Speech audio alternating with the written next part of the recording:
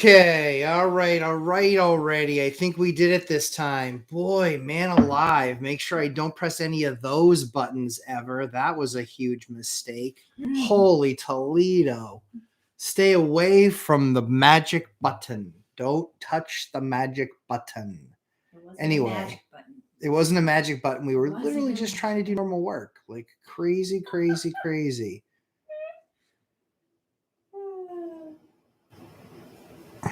It was nuts. Well, welcome. Like we were talking about before, we missed you last week. It's because I was in Boston with the little nugget, the littlest nugget. And we're back now. Yay!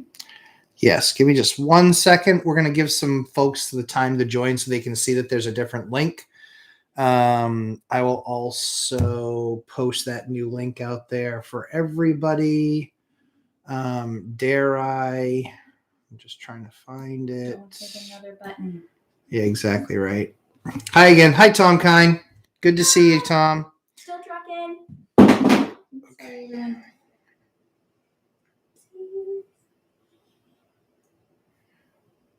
All right.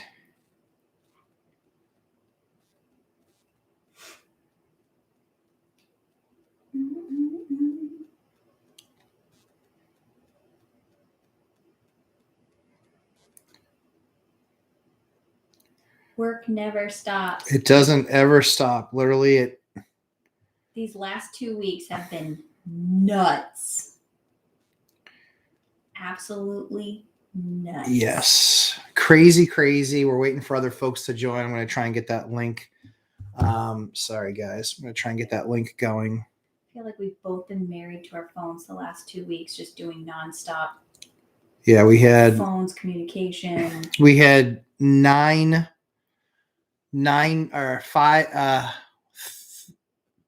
three move-ins last week. Yep. 3 more this week. So it's been more than just a little bit nuts. But give me just one. Serious cold weather. Yes. Yep. Serious cold weather for sure. With some of buildings that we hadn't owned in a winter before. Yes. Yep.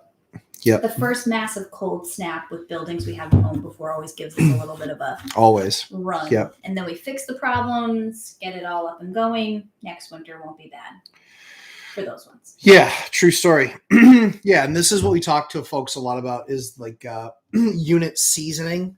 Mm-hmm. Unit seasoning is really important because when you don't have unit seasoning, you go through what we just went through in the last 2 weeks. Yep. These are all the buildings that we had issues with are all buildings that we bought in the last 6 months. Mm-hmm. So we walk through the buildings, we go through everything, we check on everything, but you never know how stuff is going to react to 17 below zero wind chills until you get 17 below zero wind chills. Mm-hmm. So that can kind of make for an issue. So yeah, I think that was in large part, that was the issue. Give me just 1 second, guys. I won't be able to post the link on Instagram, but I can at least post something on Instagram. Post. What really cracks me up is that you never had any social media or any. I hate social media. I'm only doing this because it helps people. I hate social apps. He knows more about Instagram now than I do, and it's so funny. He's like, "Oh, did you see my post on Instagram? On the line?" Yeah, I'm not an idiot. I know you're not an idiot. I just your version. So, yeah. Check it out. YouTube. All right, we should get a bunch more folks able to join. So that should be good. And then because we just want to be here and we want to answer all your guys' questions. We know we're running about 10 minutes late, but we know that a lot of folks join from the West Coast. So they're actually just getting a good opportunity to actually get their foot in the door and get their, drop those satchels at the door. But yeah, I said satchel. That's how it happens. All right. New live stream problem with initial link. Please join us. I bet there's a bunch of people waiting, just waiting to see that, would be my guess. And then here we go. Copy text. Go back here. There we go. Paste. All right. Now we're all good. Now we're posted everywhere we should be posted. Make sure everyone gets a chance. Hey, what does that button do? Yeah, Larry, that's exactly it. Boom goes the YouTube dynamite. Holy Toledo. I have a very specific process that I typically follow. And man, that did not go well at all. I was actually looking to try and get my analytics screen up, and that's when all pandemonium just absolute broke loose. So I appreciate you guys' patience, but yeah, we're excited to be here for Thursday night.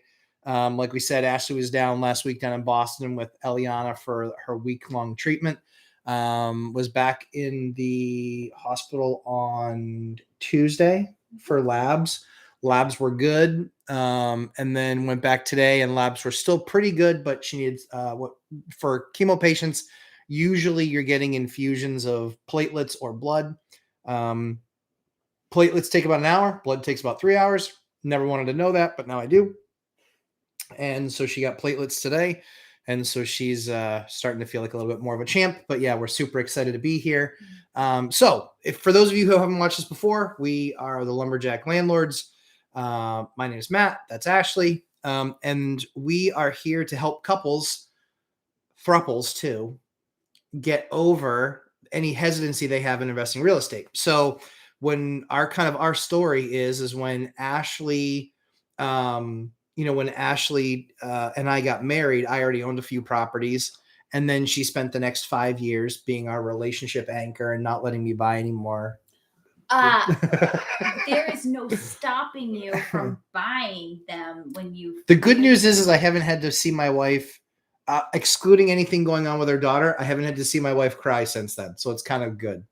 Yeah. Like, I didn't stop him from buying anything, but I wasn't as happy and joyous as I am now. I didn't understand the whole picture, but I wasn't like, you cannot buy it. It's okay. It's okay to rewrite history, I suppose.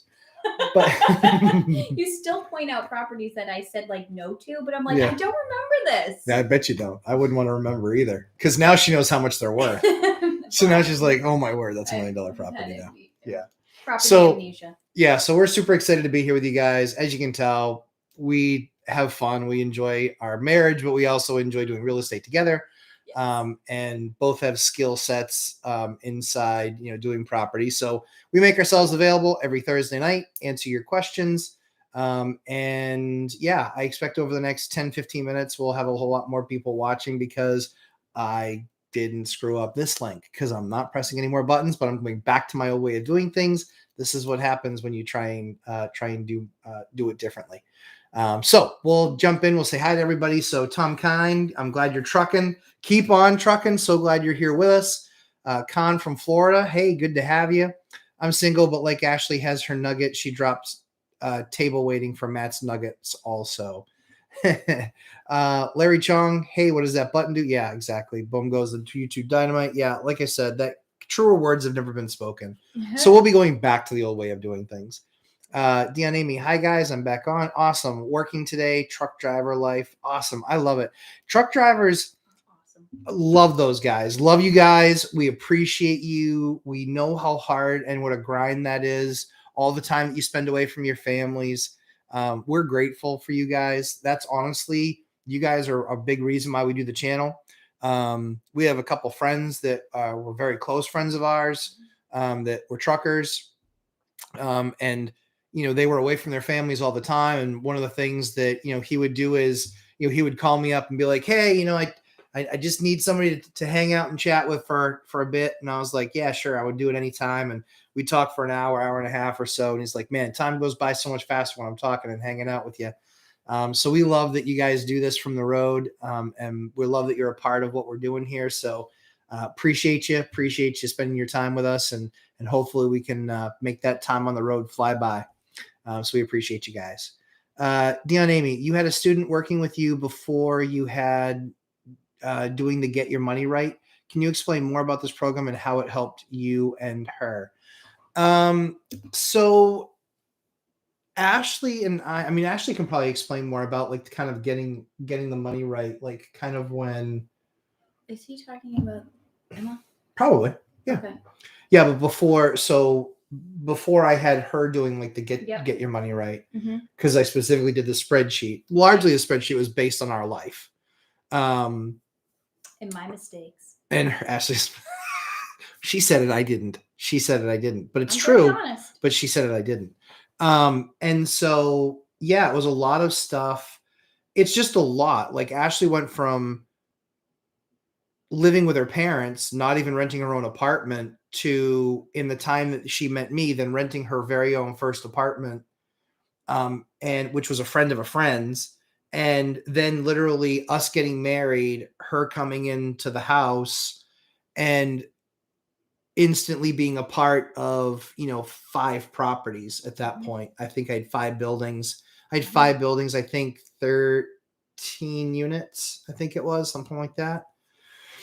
So it was tough. That was certainly a tough transition for her, because I didn't want to be just spending all my time doing all that stuff by myself. I wanted to involve her, and she knew getting into that this would be a thing for us as a couple, because I work in a very high demanding job, much like Mike does, software sales. And so I've done that for almost 25 years, and I'm just ready to get off the pukey puke ride. But even 15 years ago, or even 20 years ago when I first got on the property ladder, 21 years ago when I first got on the property ladder, I knew that I wanted to do something different. And so real estate was the thing. And then as we started working on things together, Ashley felt her hesitancy was understood. She felt very nervous about it, didn't want to financially fail. She was with me. We got married in 2007. And so we lived through 2007 and the crash in 2008, and then picking up the pieces in 2009, 2010, and 2011. And she saw the stress that it caused with tenants they just stopped paying rent. Yep. So we went through a lot of that stuff together. And the challenge is that because she was kind of new to all of it and didn't really know what her place was in helping the business, I had to handle a lot of that stuff and take on a lot of those burdens.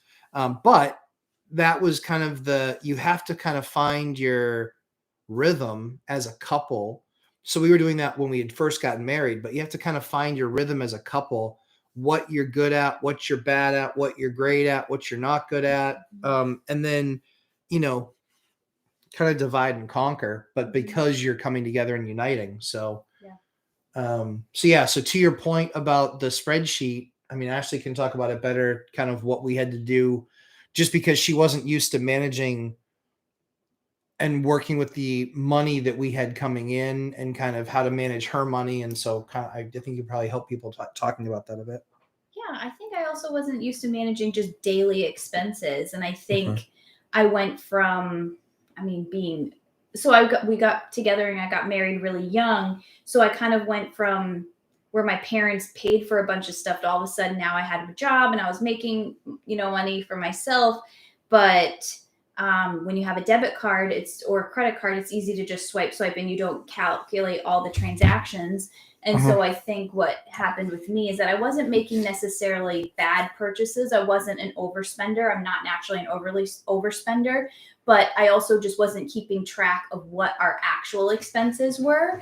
So we were getting to a point every month where I was like overdrawing the account or something. And it was like, well, actually, where's all this money going? Because I know I'm not being, or what I was thinking, I wasn't being really frivolous or just buying stuff. And so then we just went down, a spreadsheet, and then I just created what my budget was going to be for each week. And then I would put money aside where I needed to in cash. I started off in cash because that was better for me, because then I could actually see it leaving my hand and be like, maybe I really don't need that. And it helped me even tighten down and be even more frugal. And I ended up saving like a ton of money. I was able to actually like carry over so much more every week, just because when I saw it in cash leaving my hand, I was like, no, maybe we don't need that, or maybe I don't need that, or whatever. And so that was kind of how the spreadsheet worked for us. Matt has ungodly brain for numbers, and he can just remember everything like to the penny, and he's just good like that. I am not, and I needed it, and I definitely needed it for a season. But I say sometimes I do go back to like a spreadsheet and relook at a budget for myself when I notice like, I feel like maybe I'm getting out of control again, or maybe I could tighten things back down, and I will do that. And I'll almost like every few years, like getting back in the habit just so I can clamp down on things and move on. Yeah. So that's how it helps me. Yep. Yeah. So it was really about kind of getting your money right first. And so that's the same kind of process that Mike and Olivia went through. For us, I was an earner and Ashley wasn't. Ashley was going to, she was going to school, and kind of her role was, okay, if you're going to go to school and not have a job, like you got to help, because we didn't have kids. It was like, I need you to help take care of the properties, because then I'll focus that much more on my job. And then we kind of talk it every night. And so that's what we did. Like, that's what helped grow our relationship to what it was, because we would talk every single night about finances, every night, all the time. Properties, fine. Yeah, exactly. Because it was a tough, like, we got married in June of 2007, and by September of 2008, the full crash was in. Like, it was an uncomfortable year in 2007 and 2008, but the full crash was in a beginning of or end towards the end of 2008, like September.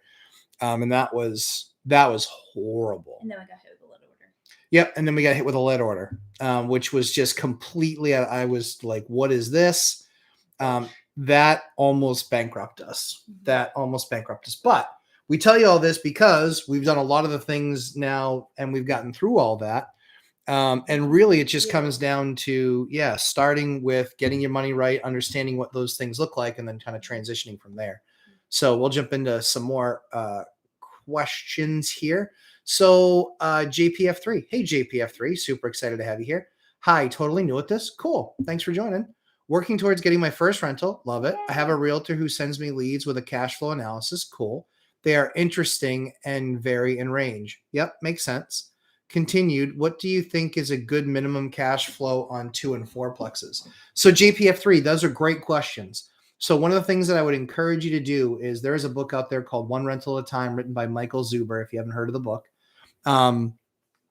I recommend getting a hard copy, not getting the Audible book, because you're going to want to take really good notes, like in the book and like in the margins. Mike and I became fast friends because exactly what he kind of notes in that book is kind of exactly the process that we had. He did West Coast, we did East Coast. But that book is an amazing book. And what it does is it actually takes you through how to really understand the market, because there's no hard set rule of what something should be giving you as for a cash return. We have properties that over the years we purchased, and they were 10%, 12%. We've had ones that were 8%. Now, all of the deals that we've done in the last 7 deals that we've done are all over 20% return on cash. So that really matters. And the only way that you can understand if you're looking at a good deal is if you're able to track what a typical deal is. And then you'll see some consistency when you're tracking those numbers. So what I would encourage you to do is, when you're getting those cash flow analysis leads from them, start tracking it in a spreadsheet. Make sure that you're picking something what's called, Mike refers to as a buy box. But really what that is it's saying, hey, I'm looking at 3-bedroom, 2-bath properties, or 3-bed, 1-bath properties.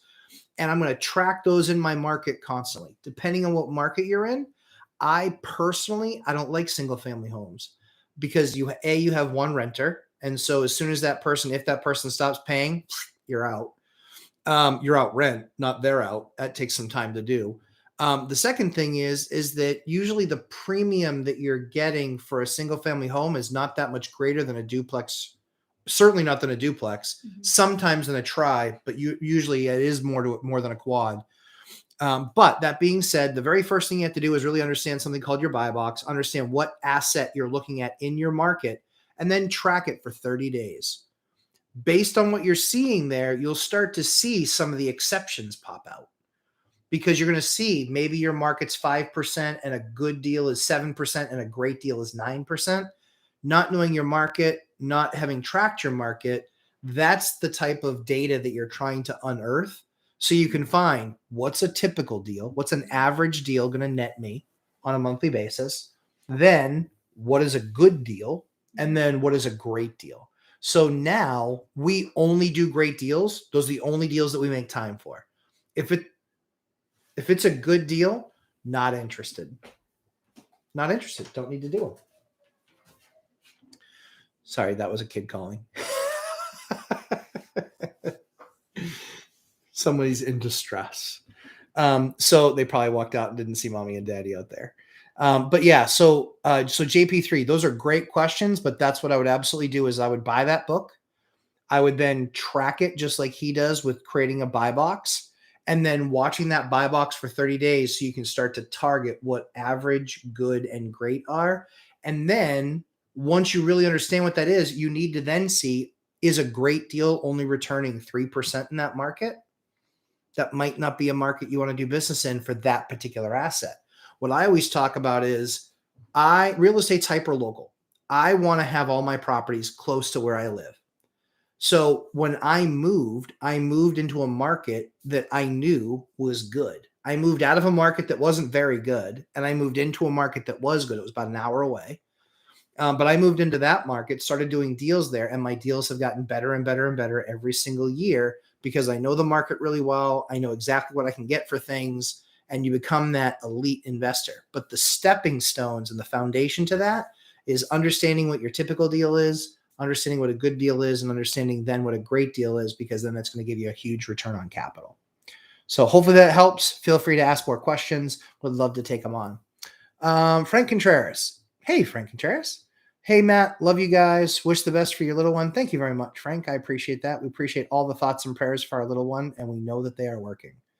My question today is, we're under contract for an occupied triplex in Minnesota. Very cool. And you and Mike spoke about the importance of Estoppel. Yep. Estoppel, yes. Estoppel agreements. Would you mind doing a quick refresher? So Mike does Estoppels on all of his deals. I actually don't. So I would be refreshing from a memory. So I would say look at Mike's video on Estoppels specifically, but basically what it is, if memory serves, it's all the contact information for the tenant, all the information about the tenant, and then that way you can actually have a conversation with the tenant.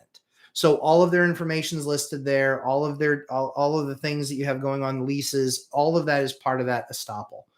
But yeah, I can't recall anything more than that. We don't do an official Estoppel. What we really like to do is I like to have my agent it's probably considered an Estoppel, but we just don't call it that. And what I just do is I have them get me the tenant's name, the email, the cell phone number, showing us, what the rents were or what day the rents were paid in the last few months. I just asked for that over like the last 90 days. So I can see also if there's something that's delayed there. So I apologize for not being ready on the Estoppel stuff, but yeah, I haven't. Do you want me to do this? Is the little man okay? Perfect. That was our biggest little man, our only little man right now, Samuel. So he woke up. So yeah. So Frank, sorry about that. I don't have the Estoppel. Jody H. We plan to raise rents this spring, keep up with market rates. Yep. When sending this letter, do you ever give any reasoning as to why, or do you just say we're raising your rent? So Jody H., I don't recall seeing your name before, but I'm super glad that you asked that question. So that's called a binder strategy. We use Dion's strategy. Actually, Dion did a phenomenal job of documenting that binder strategy of how to raise people's rents. Typically what we'll do is we don't go and sit down with the tenant, but basically it's something called a binder strategy. Essentially what we do is we actually look at what the other rents are in the area. The nice thing is because we own 100 units, we know what the rents are in the area. So we basically tell them, hey, here, this street, and this street, here are units that are comparable to yours. Mm-hmm. Here is what they rent for. We'd like to understand from you, we'd love to renew your lease. And that's if you would love to renew their lease. We'd love to renew your lease.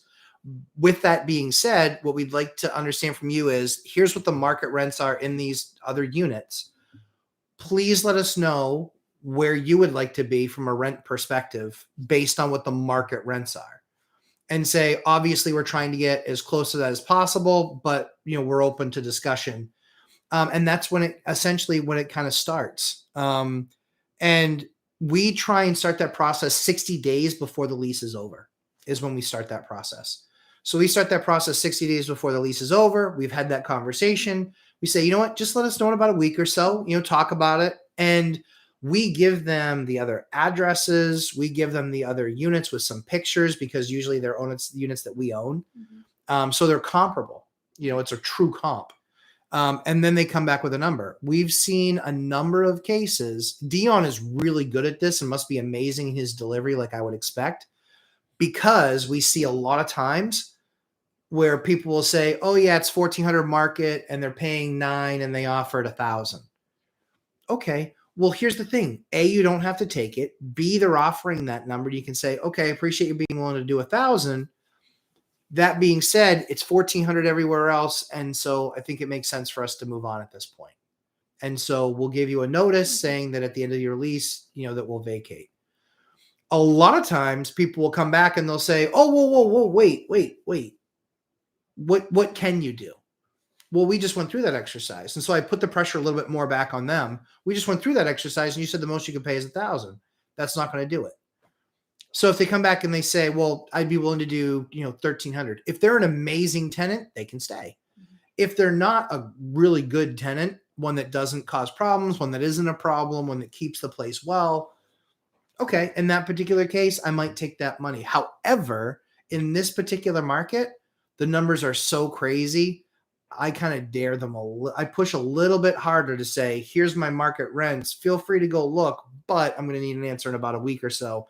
Otherwise, we'll get it on market and we'll have it, and please know that once we have it rented out, we're committed. We're going that direction. So that's really the what we're working with. So I have said that when we give them a reason, it leaves us where we might, especially for good tenants that we want to keep, they're more likely to have a conversation with us than when you just say we're raising your rent. Then they're like, okay, well then I'm going to go somewhere else. Yeah. Don't send the letter just saying you're raising their rent. Yeah. Because we, in all honesty, we do that when we don't want them to stay. Yeah. We just send them a letter saying, hey, we're raising your rent to this. And we don't give any explanation. We don't give them any info. We're just like, this is the number. And that is like, hey, if they want to pay that number, fine, they can stay. But if they don't want to pay that number, I'll send somebody over to help them pack. So, Jody, hope that's helpful. Please feel free to follow up your questions if you have any other additional questions. JPF3, how do you do your cash flow analysis and what do you factor? Oh, JPF3, that's a lot. That's a lot. But happy to try. So abbreviated version, we account for principal, interest, taxes, insurance. Okay. So basically your mortgage payment, your taxes, and your insurance, what that payment is. Because we have so many units, we actually have kind of a fund where we basically keep $50,000. And if we need to tap into that, we tap into that. But we take much less on a given property for replenishing that fund. We take much less because a lot of times we're actually buying the unit, doing a bunch of rehab work and putting somebody into a brand new unit. So we're spending a lot of that money on the front end. So typically what we look at is principal, interest, taxes, insurance. And then as far as what our expense is going to be. And then we look at how much money we're putting down in the place and how much money we're going to make on a monthly basis, a return on that capital. One rental at a time calls it yield. I call it return on capital or the rock. And what you're really looking at there is how that compares to the other stuff that you have, either A, in the market if you don't have other stuff, or B, how that compares to other deals that we're doing or we're in process of doing. So I would highly recommend JPF3 that you get Mike's One Rental at a Time book. That will help you with structures on a lot of these things. Again, I haven't written that book. He did. But it's almost exactly what we do. It's really understanding what your monthly nut is going to be. And then the other thing to take into account is we take into account a smaller amount than most landlords from a percentage that we pull out of profits, because we have that $50,000 nut that we have there, and we're usually doing work up on the upfront side. So we'll count that as, let's say it's $100,000 deposit. We know that we're going to spend, $50,000 get ready costs to make it our caliber. That means we're 150 in, not 100 in. So we account for less money needing to be made for maintenance because we're spending that 50 grand up front. Now, that return on the capital still matters, because if I'm making $150,000 and I'm making, $3,000 a month on the property, well, that's $36,000. So $36,000 on the $150,000, we're making 20 some odd percent. And those are pretty real numbers compared to, with the other stuff that we're looking at. Mm-hmm. So hopefully that gives you kind of a 30,000 foot view. But yeah, what you're asking are awesome questions, JPF3. Those are amazing questions. You're definitely headed down the right track. What you need is a place to manage or to kind of build your model for those. And so I would get Mike's book, One Rental at a Time. That will take you through building out that model. Like I said, it's the best $15 you'll ever spend, because he really does a good job kind of talking through that. And then there's other videos that he's done where he actually talks about the buy box. And that's really what you're trying to get to, is that buy box, understanding what that is, and then how to shop for it, and then how to offer on it, and then how to figure out your numbers based on that. So that would help you out a lot. Dion, hey, there he is. Hey, Dion, howdy. Do you ever plan on having a property manager? If so, how will you screen? We do not plan on having a property manager. We plan on... Matt plans on becoming other people's property manager. I do. I probably will. Just because it's kind of our concept is by landlords for landlords. I know the things that they should care about because I already operate a 100-unit business. And so from a resource perspective, how would I qualify them? I want to talk to other landlords, what their experience was with them, what their fee structure is. I've spent 20 years in my market creating relationships, doing flips, burrs, gut to studs. I've done all those projects. So I have all the contractors that I've used for 20 years. So I don't feel right in just sending a tenant to call that guy and then paying him 10%. Not interested, because I've got all those people on speed dial anyway. So they can text us and I can literally just take the text and forward it. So when you set up those processes in the beginning, it makes it a whole lot easier to manage and build a portfolio. So the one thing that we have done is we've got a couple 1099s that we use a whole lot more. Yeah. 1099s are subcontractors. We use those guys a whole lot more. And because they're used to working with us, it's as simple as highlight, forward text, or highlight and forward email. And they work a decent amount for us. I think one of them will probably end up being an employee, just because I don't think he's going to have time to take on much other work, and we'd love to keep him on. He's a good guy, hard worker. So we like that. So Dion, my screening will be, I wouldn't want to be my property manager.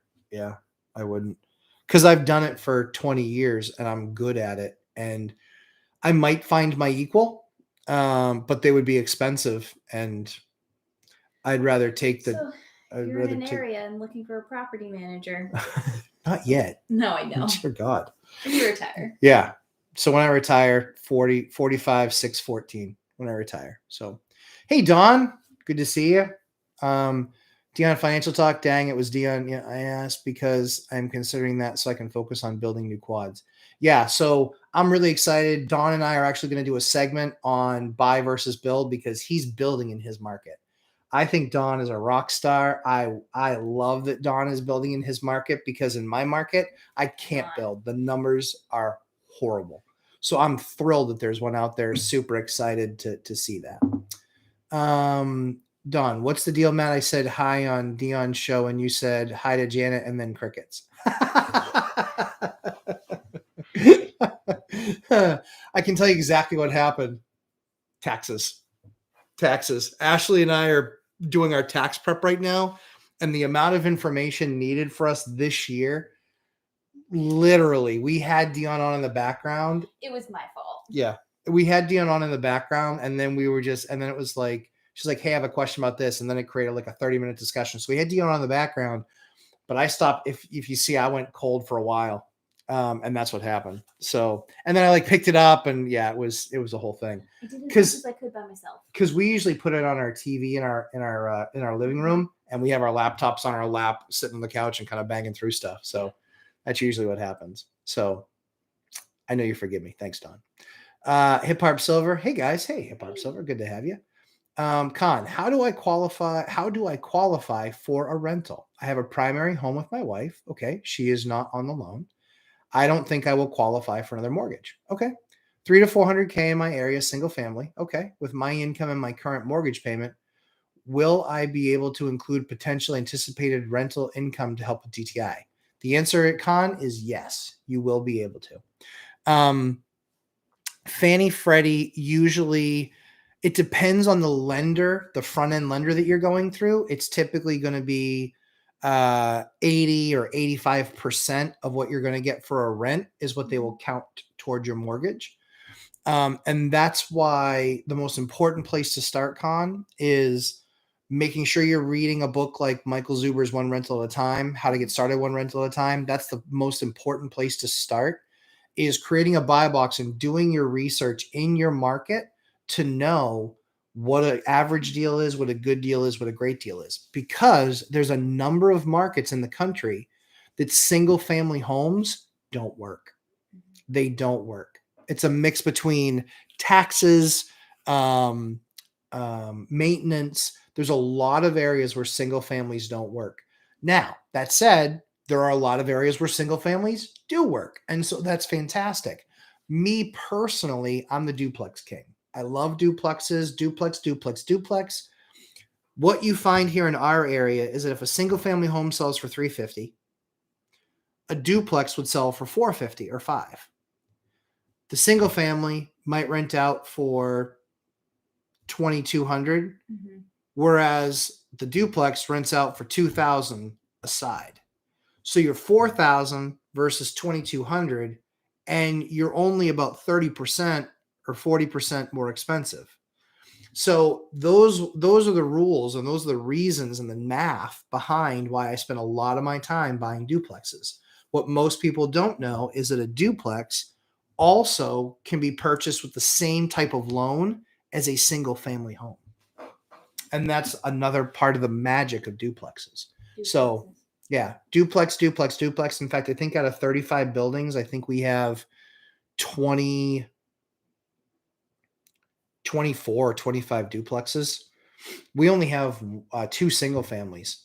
We have 24, 25 duplexes. Yeah. And then we have some 3s, some 4s, a 5, a 9, a 12. But everything else is just kind of one-off. So yeah, hopefully that's helpful to you guys. So yeah, hopefully that helps you, Con. But the most important thing for you, Con, is yes, they will count that towards your debt to income. Number 1. Number 2 is make sure you're understanding your buy box, and that if you're looking in your market, understand your market, chart out your market for 30 to 60 days, see what the numbers start to show you. And then if they're not great numbers, if they're low single digits, then start looking at different assets. A lot of markets some markets don't have duplexes and tris and quads. The ones that do are usually older areas. Some of them aren't in bad areas.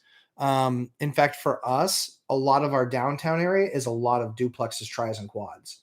And so it's cool because you're downtown, you're in that mix. And so it ends up being a great place to live. And you can also charge great rent because they don't need a car to get anywhere. They can walk to everywhere. So that's kind of pretty powerful. Jody H., thank you. You're welcome. Me and my husband listen all the time. Very cool. Glad to have you. We usually have to finish the next day, though, because we turn into pumpkins if we're up too late. Yeah. Me too. It's too. Ashley's the same exact way.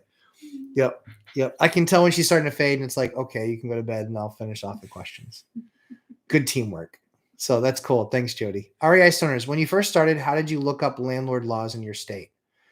REI Stoners, ask So give me detail on what specifically. Oh, so you actually, I think you traveled to Olympia, right? And you met Dion, and you guys are looking to start doing stuff up there. Is that what you? I think that's what you're talking about. Fill me and let me know if I've got that right. Doran Wilsauer. Any tips on talking to my wife about house hacking? We aren't homeowners yet, and we have a toddler. So you guys, so we've been working hard last year getting our financial ducks in a row. That's awesome. Congratulations to you guys. That's the hardest part. Honestly, that's the hardest part. And then it's as you're getting your financial ducks in a row, you also want to be learning and understanding the market. Mm-hmm. So my guess is that because you aren't homeowners, that you live in an apartment. That's a good thing. That's okay. We lived in apartments. And so the thing that I would recommend, so how to get her on board, talking to wife about house hacking. How would you, depends on her personality, depends on a lot of things, but my guess is she's probably resistant. But Ash can kind of answer that for you and kind of say kind of how we did it ourselves. Yeah, I would say that, it's really hard to say how you should talk to her, obviously, because I don't know your wife. But I will say for me, even if I took my toddlers that I had now and went back and did it, the long-term result, the long-term reward is very great. It is so great. It puts you in a whole different level. Real estate, when you do it right, puts you in a whole nother playing field financially. It really helps take care of you. It gives you something to have, and something to have for retirement, and something to have for your future. And it is really wonderful. And honestly, I really didn't mind living on other sides of duplexes. I didn't mind living on other thing. It really just doesn't become a thing after a while, especially, if you've been renting. A lot of times it's like, okay, it just feels like another rental that you have, but this time you own it, people pay you, or you're not you're not paying to live where you are. It's wonderful. And I can't tell you how many people I have met in life. They're like, oh, we're really looking to get into real estate. We're really looking to get into real estate, that are like older than where I was or where I am. And it's like, there's never a bad time to get into real estate when you do it right. But if you can get it done when you're younger, the sooner you can start it, the better your returns are going to be. It's absolutely worth it. So it does take a leap of faith, I think, as the woman to jump into it. Or I shouldn't say as the woman, that's really not, as the partner that's not doing all the research and all the understanding of it. It was hard to take that leap of faith, but I trusted my partner. I know he had done his work. I knew he was doing it. I knew what he was going to do with us, and he helped cast the vision for me. And he just kept telling me and pointing out houses and saying, this is what we could do with it. And if we had this much a month, then we would do this and then do that. And then in 10 years, this is what our life is going to look like. And I kept seeing, in 10 years, this is how much our mortgage is going to be paid down that we didn't pay. Tenant paid for us. This is what we're going to have in equity, approximately what we're going to have in equity. This is, and when we are retired, this is how much we'll have. And it was just like, well, that is a great deal. That works for me. So we have this great investment that I didn't have to work to put in. Tenant did, I don't know. So like a W-2 with a 401k, you have to work your butt off to put this little tiny bit into your 401k.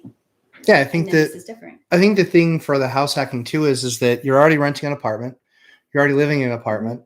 Now be the owner of that building. What's really cool is what I would show her is I'd say, hey, we can get $1,600 a month for that unit. Our mortgage is $1,800. Imagine what our life looks like if we're living and our rent's $200 a month and not $1,200 a month. So we upgraded and got a bigger unit, more bedrooms, nicer unit. We did all of those things. And we were paying, in a lot of cases, we were either a couple $100. In the bunch of buildings that we did together, we were paying anywhere from $0 up to, I think, about $400. Yep. And when we were paying $400, we had a 5-bedroom, 2-bath with a yard. And quiet neighborhood. Off-street parking, Yep. quiet, tree-lined neighborhood. Like the place was awesome. Yeah.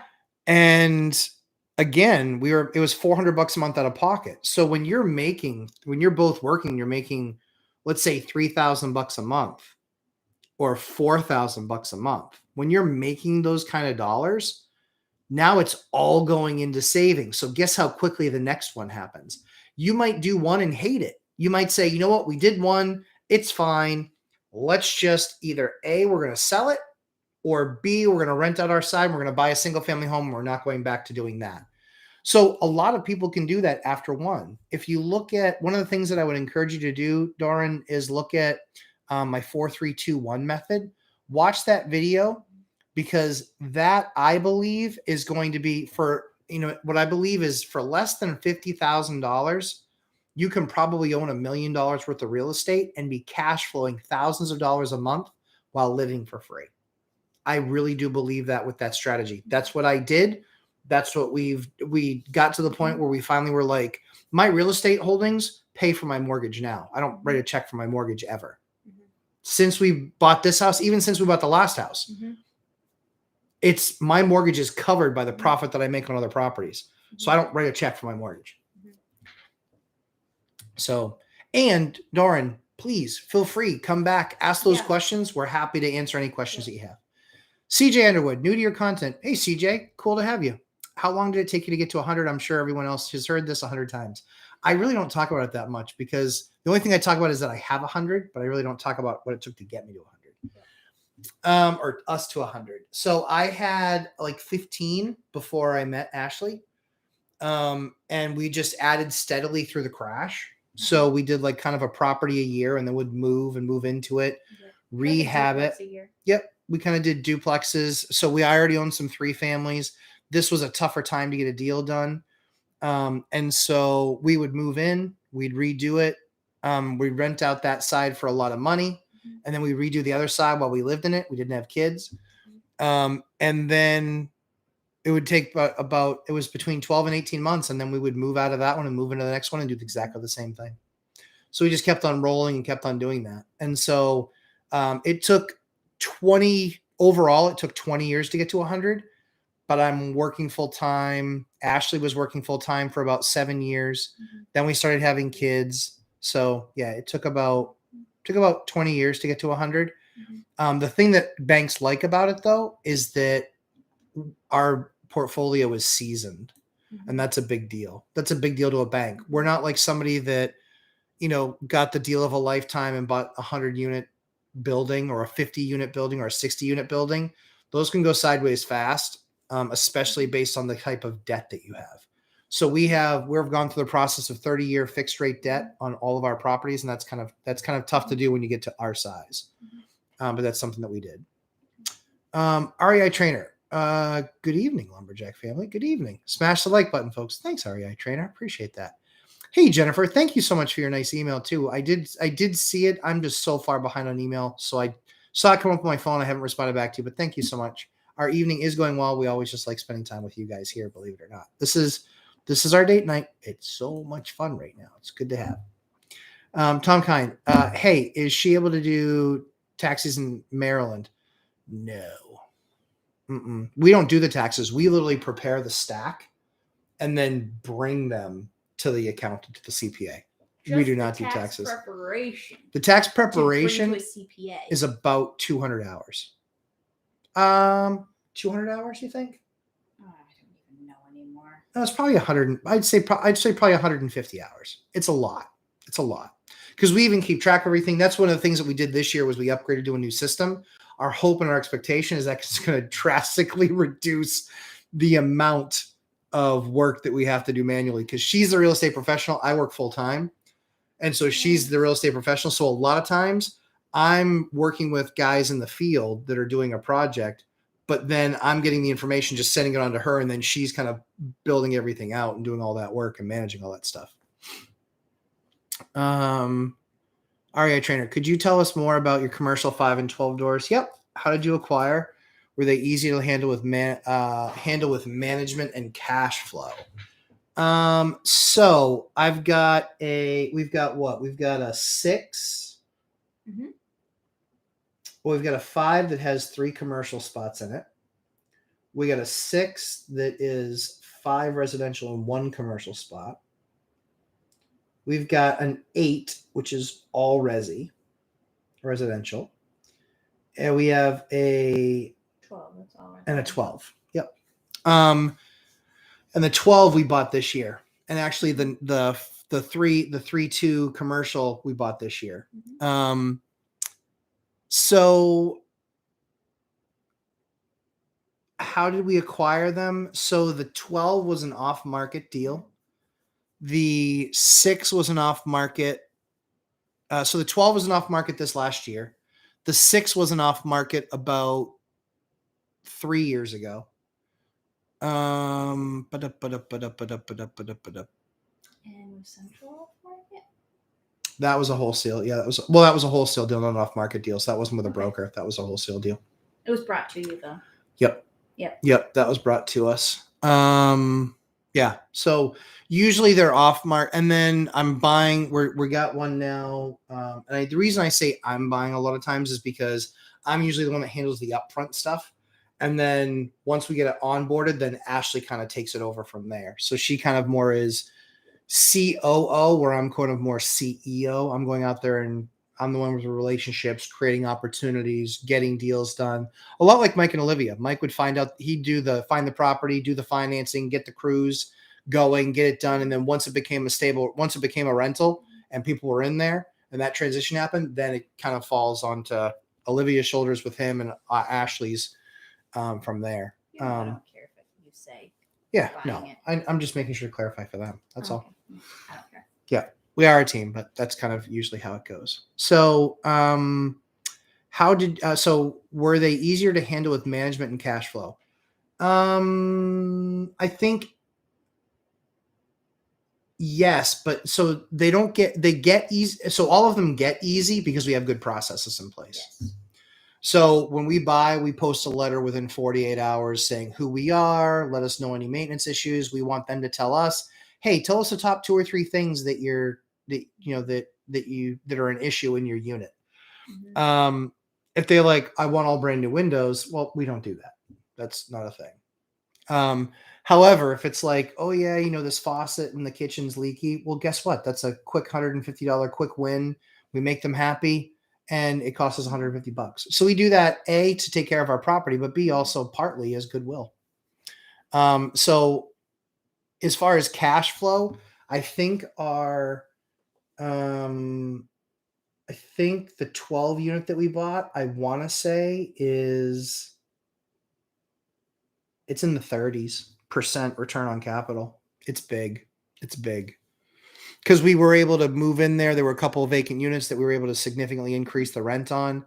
There's other units in there now that we're housing that the landlord was just lazy and for 4 years didn't fill out the paperwork for an increase. Like, why? I mean, you gotta do your work, man. You gotta do your work. That was just kind of a joke that he didn't do that. So it was kind of sad.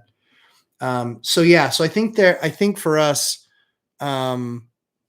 we don't see that we're there more often. We in the first 4 weeks that we owned that building, we spent about $25,000, the 12 unit. We redid door locks all throughout. We did kind of like the 1 or 2 things everybody came up with. We replaced the roof to show them, hey, we're going to spend money on the place. That leaking hot water. Yep. We fixed a hot water issue that they had in the building. So so a lot of stuff like that we kind of took care of for them. Yep. Mm-hmm. So I don't think they were easier. I think they all eventually get easy, mm-hmm. just because of process. Hopefully that answers your question. D Cruz. Hey, D Cruz, do you rent your units month-to-month basis or yearly? So we typically when we take over a property, if they're month-to-month, we leave them month-to-month. Mm-hmm. We want to see how they are as tenants. Mm-hmm. If they're good, then we approach them with a lease with whatever the new rent's going to be. Mm-hmm. And then we do sign leases for tenants. We don't take anybody on as a month-to-month, if that makes sense. We want to take people on When we're going out and renting a unit, we want a 1-year lease. And for us, we have to time it because we're in New England. So we don't like renting stuff out in December and January and February. Those months suck. November, December, January, no one wants to move in those months. And so we always try and have the lease expire in May, June, July, or August is where we kind of have all of our leases expire. So we usually have a busy summer with people kind of transitioning and moving around. Dawn, when I built out my project, I'm going to be receiving just over 7 figures yearly. I love it. I'm currently doing a pro forma and I'm looking at around 400K net. Nice. Do you guys have any suggestions on lowering your tax bill, or do you just suck it up and pay? Suck it up, buttercup, and pay. So Dawn, what I would tell you is look at the real estate professional classification. That's the first thing that I would do. That also then has with it super depreciation. So I'd be looking at that. And again, this is not tax advice. I'm not a CPA. Don't sue me, bro. And so, but that's what? We are not CPA. No. So that's what I would look at is I would look at real estate professional. And then the other key to that too is that's what kind of keeps us on the rat race or in the rat race or kind of in the process is that we work with our accountants to go, okay, we really need to spend X amount of dollars here. Or we need to do another property, or we're going to make, X $100,000. We need to reinvest that so we're not paying taxes on it. So we're there for growth.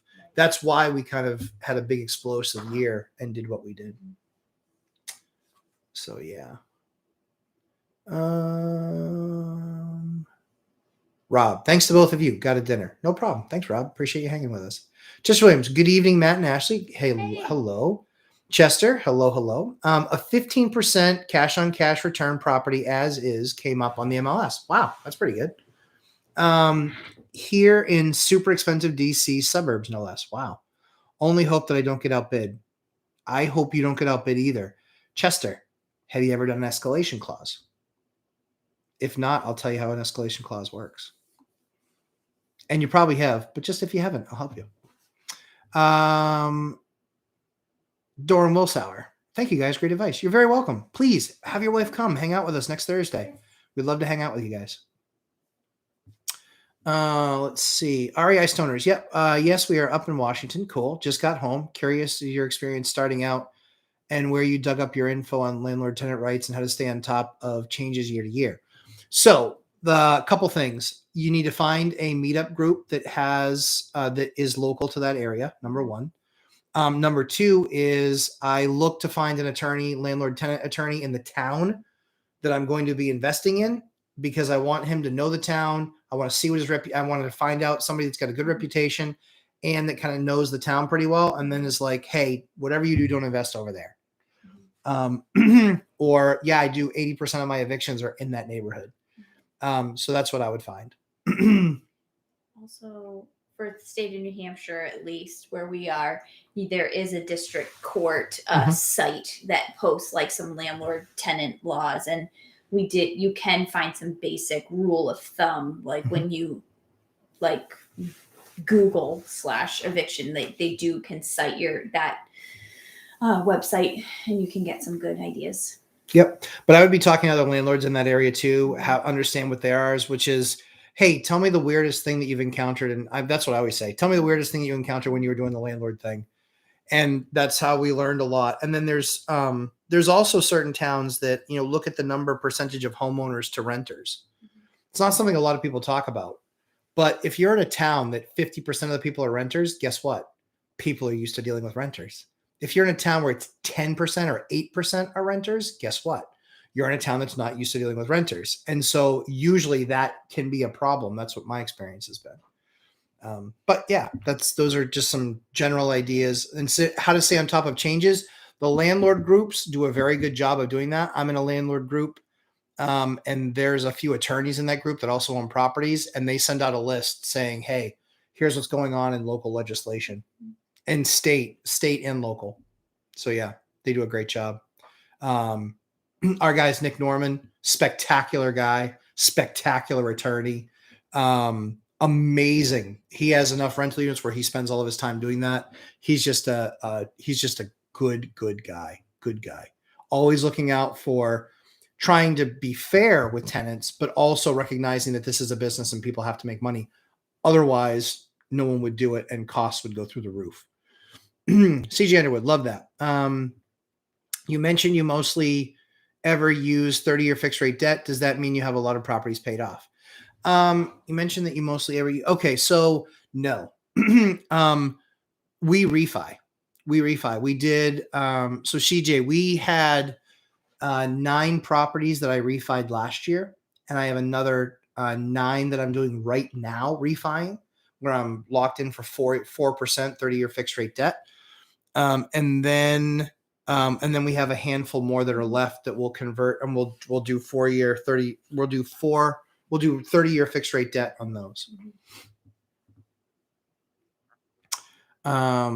So yeah, so we have some properties paid off, but when the rates went to 4, when I could get a 4 on 30-year fixed rate debt, I was like, we're taking it. We're taking those 3 properties or 4 properties that we have. We're levering them up with debt, 70% loan to value. They have a mortgage. They still cash flow. They still cash flow in the 20% area. So they'll still do great cash flow, but now we're going to take that what's now dead money, and we're going to put it into play. And we're more importantly, we're going to fix rate that debt.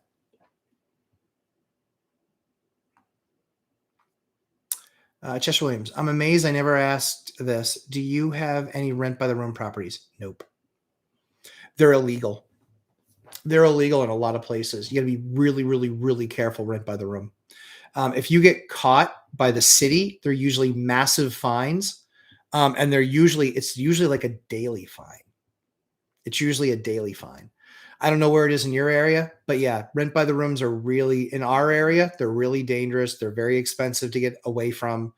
The numbers obviously are awesome, but yeah, scary stuff. If Ashley's going to turn into a pumpkin, I'm just going to let her say goodbye. She's going to turn into a pumpkin.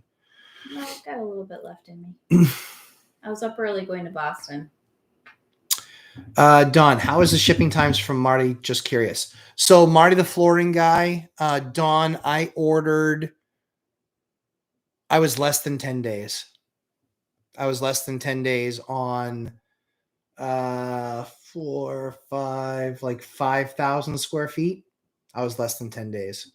Yep. It was good. They basically showed up both delivery. So one delivery, they were waiting for it to come in. One was they already had in stock, and it was 3 pallets on one and 3 pallets on another. And so I got them both within about 10 days. So yeah, it was good. Excuse me.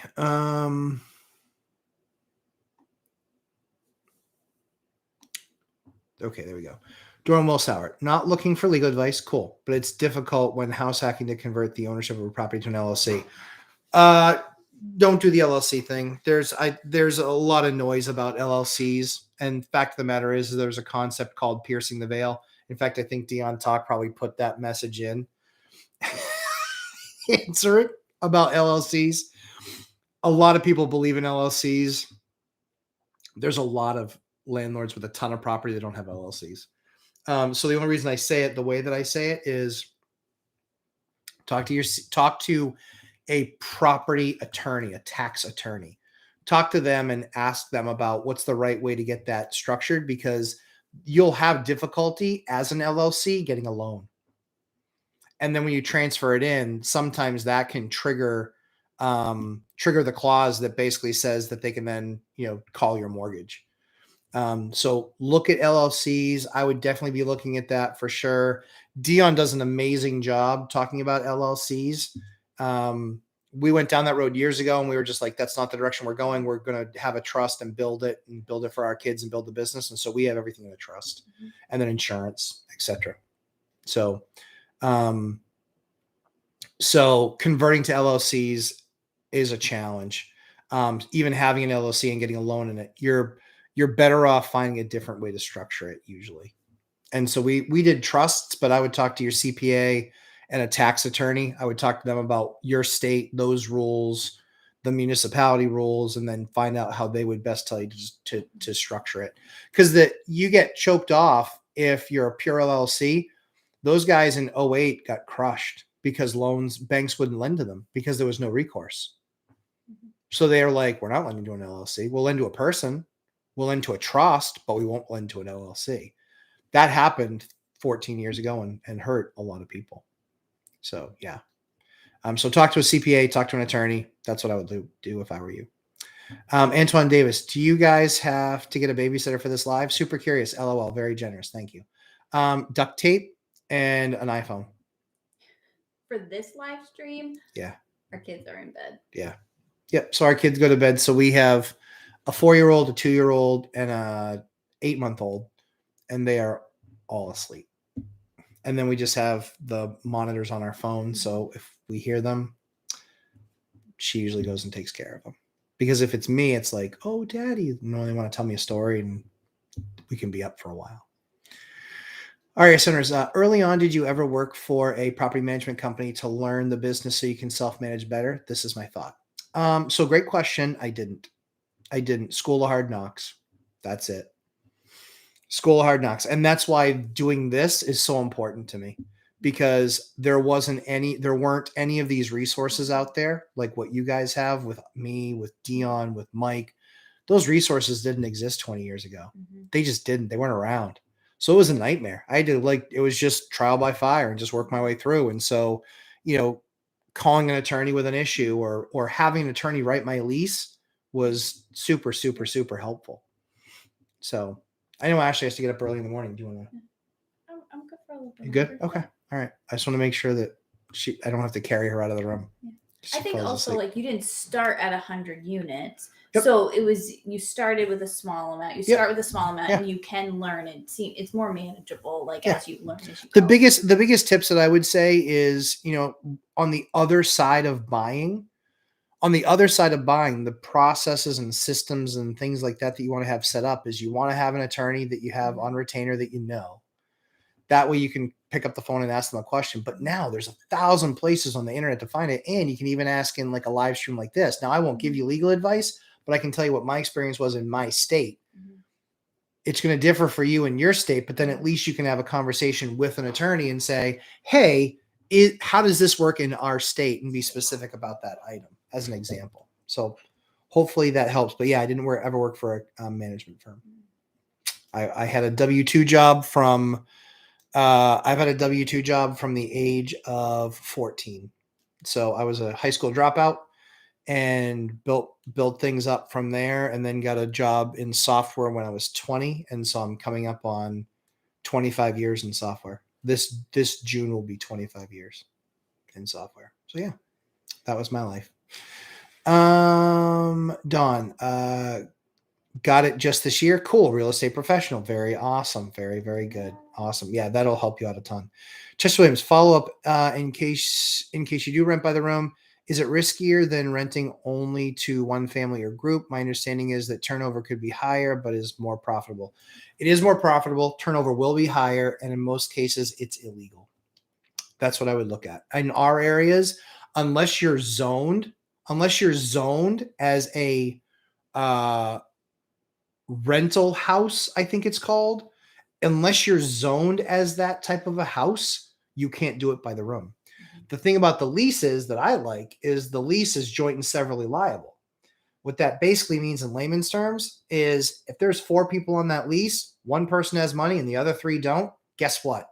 That guy that has the money, I'm going after him because you can't get blood out of a stone, and the other 3 might be deadbeats. So joint and severally liable, it's that peer pressure that keeps them all paying the rent and doing the right thing. We actually had an example of that this year where one kid's always early, one kid is usually on time, one kid's almost always a month behind, and then one kid got 3 or 4 months behind. And we basically had a conversation with them we don't evict just one of you, we evict all of you. Mm-hmm. It's not just one. So that kid righted the ship pretty quick. Mm-hmm. He did. Corey Brunson. Hey, Corey, if you had to add a member to the 3 Amigos and call them the 4 Musketeers, who would it be? It's a good question. Probably Mark Kohler. I'd add Mark Kohler. Ooh, that's a good one. Mm-hmm. I'd add Mark Kohler. Yeah, Mark Kohler is a ninja when it comes to organizational structure, taxes. He's a tax attorney. That's the thing that I think that, Mike Mike is a great economist. Dion is fantastic at, how to really do this on a budget and how he built something really impressive. Yeah. And, my thing was kind of a combination of the two. I house hacked. I did all my own remodels for the first few. Then I jobbed out a lot of that stuff. So I would say the other element that we could add is the tax component and structure of entity. I think he'd be awesome. I would, love to have him. He's brilliant. Ashley and I will sit down and we'll watch his videos and we'll watch him. We'll even have him playing in the background on like a Saturday. Yeah. He's really good. Yep. Let's see. REI trainer. Thank you for the feedback on your commercial units. Yeah, no problem. What does the financing look like on them? It sucks. Curious because a wholesaler had an 8-unit near me, but maybe out of my league unless I bring a partner. Okay. So REI trainer, here's what you can know about. Here we go. Okay. So here's what you can know about commercial loans. Commercial loans suck. They are nothing like 30-year fixed rate debt. They are 3, 5, 7, and 10-year debt. And usually then when they have a reset where they say, okay, after 5 years, it's the rate that you're paying plus 2 or rate that you're paying plus 2 over prime. And so that can literally take your rate. So I'm 375 on my commercial stuff. The problem is a couple my commercial stuff I've owned for only like a year. Some of that stuff I've only owned for like a year and a half. They have something called a 5-4-3-2-1. If you try and refi in the first year, which is 5, meaning you have 5 years left on your term. If you try, so every year it's a percentage point. So if I try and refi that 5%, I have to pay a 5% penalty of the cost of the loan. So if I have a $500,000 loan and I got to pay 5%, I got to stroke a check for $25,000 to refi it. And then if it's 4, it's 20. If it's 3, it's 15, et cetera, et cetera, et cetera. Usually I can get the bank to do something when it's 12 to 18 months and I can get them to waive that little magical fee so long as I'm refining it with them. But the debt structure, that's why I love the 30-year fixed debt, is because my payment's never going to change except for when taxes and insurance go up, and that's negligible. My rents, largely speaking, my rents will far outpace that. They'll far outpace that. Yeah, for sure. So, yeah, so that's why that 30-year debt, that's why the numbers will be better. Like on that 12 unit, yeah, I don't have 30-year fixed rate debt. I've got commercial debt. So the numbers are awesome. But honestly, what we'll probably do is we'll take the profits that are so massive and we'll probably pay down that mortgage a whole lot faster just to try and get that number that much lower. That way, if rates aren't 3.75 and they're 6.75 or 7.75 on a commercial property, we'll have a much smaller number that we'll be having to work from. Yep. Larry Chung, Ashley, if you could go back in time, what are the most important things to you would advise your younger self about being a landlord and real estate professional? Good question, Larry. Number one, I would say that the stress of acquiring a new building or getting a new building online is very temporary, and don't get frustrated by it or don't fear it. Don't fear the challenge of getting a new property online. It is worth it in the end. And then I would say plan to be big earlier. My mindset stayed very small. Like, we're probably only going to have so many units or we'll only have so many buildings. And I just didn't put processes in place to be big or to get bigger, to grow. And so I felt like for years I was constantly playing catch up, or like, why isn't this working? Why am I overwhelmed? It's like, oh, I just need to increase my mindset and put better processes in place. And then I think I would tell myself to just get in the habit of over documenting like everything that we do for the properties sooner. So I would do that just so that I would. Ashley's a nurse, personality type. I'm a businessman, personality type. And you would never want me taking care of you in a hospital. No. And you would never want her being the CEO of your business. No. So that's where working together does really well, because she's fine with numbers and can cuddle up on her Mac or on her new XPS and, kind of hammer stuff out and listen to some classical music and have quiet time. And she can do that. And that works. So yeah. Yep. Yes. Yeah. Yes. I would not fear I think I was, for so many years, I was just afraid of that it would add stress to our lives. Yeah, I mean, I think that anything worth doing is going to add stress, right? And it's like, for her, she didn't have to be the one to stop. She wasn't the one that was going to stop, get to stop working 60-hour, 70-hour weeks like I've been working for 20 plus years. So for her, it was me communicating to her, hey, listen, I don't want to do this forever. This sucks. 60 hours a week and the nerves of closing out a quarter and closing out a fiscal year. And I'm not just a sales guy. I run a team. I run the global strategy and sales unit for the entire company for the world. So it's a stressful job. But I wanted to get out. And so it was a matter of really articulating that to her and saying, this is my out. And so I need your help, because the nursing thing for her, I wanted her to have her own thing. So she was a nurse and she went to school and she worked hard at it. She was really good at it. But then it was also like, okay, but we also have to kind of work on that together, and say, because then it was kids, and now we have really young kids.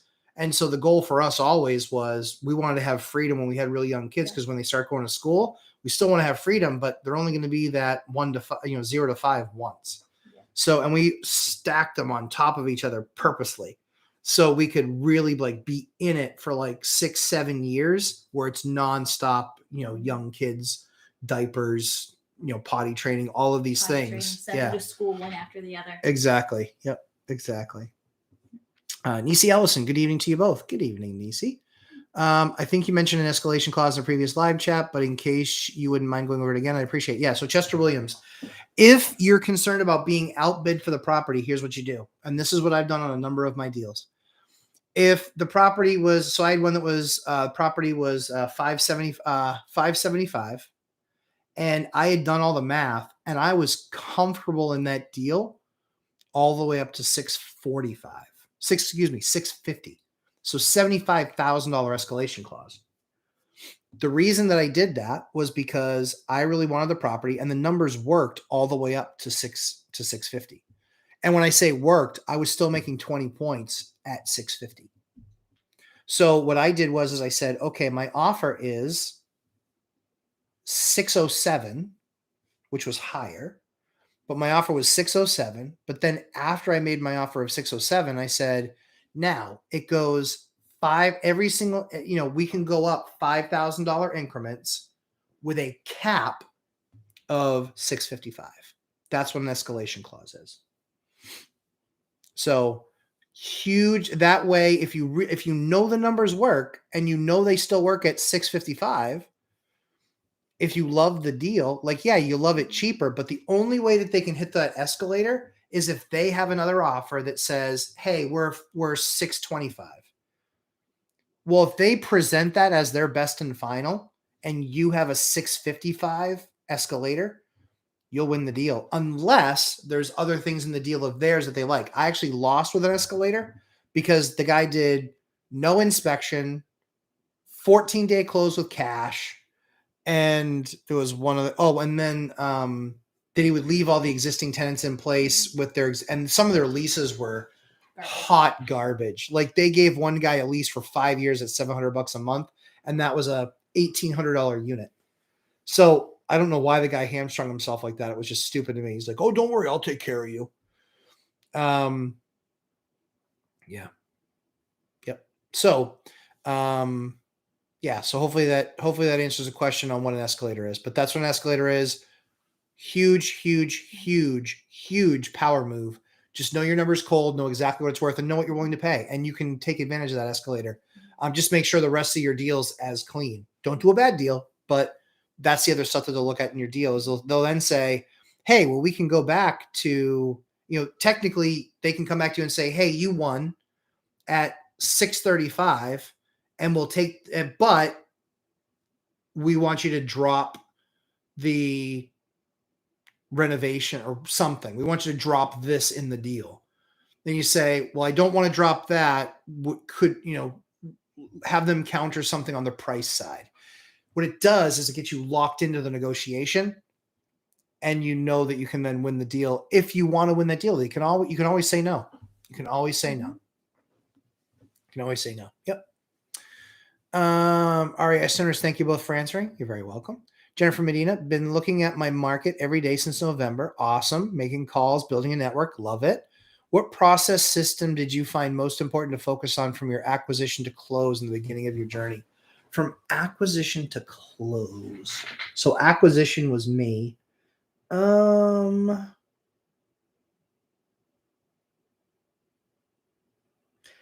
all my paperwork ready for working with the banker. Yes. Yep. So my 2 years of tax returns, my last 60-day of payment stubs, any significant checks that were written, an explanation for what that was and a copy of the check, getting multiple insurance quotes on the property. So you already have a binder in place. Tell them what the closing date is. Doesn't take effect until then. So really just having that complete package together where you knew that you could actually close with them. So I feel like Ashley's turning into a pumpkin. A little bit. Well, if you can go if you want. I know Ashley's tired. She was down in Boston for the day, and she was up super early, and she's going to be up with the baby tonight. So feel free to check out anytime you want. Okay. Now is fine too, if you want to. So, yes. I know that Eliana will hearken Ashley first. I can't do anything there. No, yeah. Food supply. So, yeah, way it goes. She's neutropenic. Her nights are long. Yes. All right. Do you want to say goodbye? Goodbye, everybody. Don't worry. I'll still stay on and answer questions, but I want to have Ashley go to bed before she turns into a pumpkin. I'm not going to be a bulb-on pumpkin. We'll see tomorrow. All right. Love you. Love you. Chester Williams, Matt, does Marty the flooring guy do LVT flooring? Trying to remember the per square foot price. I'm sure it can beat HD's $329. I haven't looked at Lowe's. Yeah, so he does the liquid LVP, the liquid vinyl plank. This is the stuff right here. But compare apples to apples. This stuff has a pad already attached. It's also got a very beefy click lock right here, which a lot of that big store stuff does not have. And so this stuff snaps and you'll go through more of their stuff than you will of this stuff. I'm very happy with the product. We just finished another unit where we put an absolute ton of it in. So yeah, very happy with the product. Very happy with what our results were. I'll keep on going with that product. There was some stuff that they had in the low twos and then some stuff in the high twos. But yeah, what I've found is the stuff that I'm getting from them is about equal to the stuff that I'm getting in would be getting in big box stores. That's $1 to $1.50 more a foot. Yep. And this one, like I said, comes with a nice pad attached. And the higher end the flooring, the better the pad. So yeah, I like that stuff. I do. All right, guys, real quick. Let me just do a real quick check. Check. All right, cool. Contractor check. I believe it or not, I still have guys that do stuff this late at night, or we talk about what the next day is. So that does happen. Don, yeah, Dion has me thinking differently about LLCs, but with hard money, they want property transferred into an LLC, right? Because then they're not taking it from a person; they're taking it from an entity, and it's going to be open and shut case. They're going to take that property with hard money. Yeah. Yep. Not a fan. Don, would you consider a trust for your properties? I have one. Yep. That's my own, that owns my LLCs and a parent LLC in Wyoming. Nice. Yeah. Don's a sharp guy. He's a sharp guy. REI trainer, Mark Kohler is thebond.com. Yeah. He's awesome. He's a rock star. Yep. Waiting for him to get sponsored by Rockstar Energy Drinks. Yeah, no kidding, right? Yeah, Mark Kohler is awesome. Yep. Don, the prepayment penalty is a write-off. Yeah, so Don, absolutely. Prepayment penalty is a write-off. It's still $25,000 on $500,000. So yeah. And the other thing too is that I don't want my bank to feel relationships are really important to me. So I don't want my bank to feel like I used them to get the deal done and then took the deal away from them before they could make any money on it and went somewhere else, because they're my source for additional deals. So I have to walk that fine line for sure. Yep, for sure. Con in Florida, are you ever concerned you buy a new rental and can't get it rented? I am never concerned. And Con, the reason for that is because I do my homework. I know my market cold. My units always rent out, and they rent out fast. And now once you have a network and you get really connected, so this is for Jennifer Medina too, because she was talking about network. I'm really connected. So I can rent out. I mean, I rented out 6 units. It's January, guys. It was minus 17 wind chill. I got 7 units rented out in the last 2.5 weeks. That's how connected I am, because people know that I have properties, and they still had to go through the same process. They still had to get approved. They still had to go through all of those things, and we still got the deals done. P.S. I'm not going to tell Ashley that we lost 10 viewers when she left. I could just tell she was exhausted, and I don't want her to be tired tomorrow. Because 3 kids under the age of 4 or 4 and under, man, they can kick your butt. They can kick your butt for sure. They're awesome, but holy cow, they can get you. Nisi Ellison, what was the most important process to lock down first for your early properties? The toughest or the most important. Rent collection. I think being really strong in rent collection. Staying on top of people a little bit, like not like every single day pinging them, but hey guys, per the lease, rent's due by the 3rd, it's the 4th, late fees are going to start to kick in. Making sure you have a network of fix-its, plumber for emergencies. Know that stuff before you need them. Have a relationship with them before you need them. So I think that it's all kind of important. I don't want to give you like a lousy answer, but I think it's all kind of important. Like my banker's super important to me. My plumber, super important. My electrician, they're part of my team. And I can't be as good as I am without having people that I can count on that they're going to do the work, do it right, and get it done when I need it done. And so I've had plenty of contractors that I don't work with anymore. I pay the second you're done. So I'm usually contractor's favorite person. But some people drag. And I'm like, listen, you got to finish. We have one paint crew right now that's absolutely spectacular and amazing. Jerry, love you. Mean it. You're the best. And then we have another paint crew that's equally as unamazing. They've had some bumps in the road on a project that we're working on. But holy Lord, this is like the longest project. This is the longest painting project since the dawn of time. It's brutal. I've had to push off move-ins twice. It's criminal. Sorry, excuse me. Yeah, it's bad. So I think the most important process to lock down for early properties is having your network of people that can help you if there's a problem, and having the processes to manage rent and payment. And then your banker with making sure that you're in alignment with them to get your next deal. When you go from like a mortgage, a mortgage person at a bank, you really want relationships. And don't the same thing with real estate agents. Do not go with just one. I have my favorites. I have my top 3 that I use. My top 3 that I use all the time. And there's people outside of that bring me deals, and I dance with the one who rung me. That's kind of how it goes. Yep. Rankin Projects, good evening. Thanks for the good, consistent advice. Rankin Projects, you're welcome. Thanks for chiming in. I appreciate that. Chester Williams, at dawn. Yep, gotcha. Good. At Chester Williams, I guess technically my Wyoming LLC is my holding company. Yep, that receives the rents. Yep.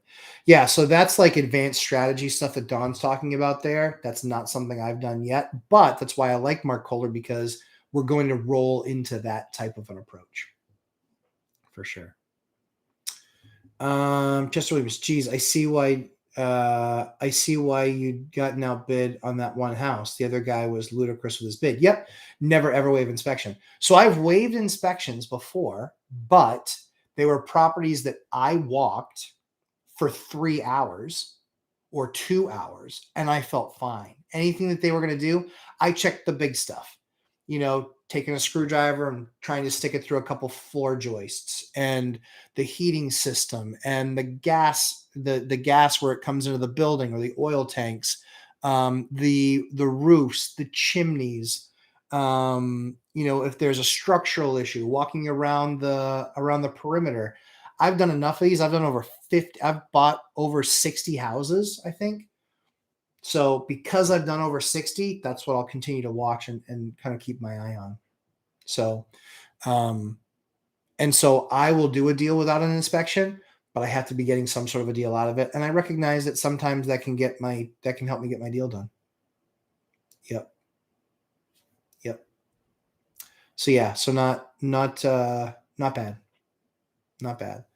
But yeah, so I will waive inspections on some of my deals as well.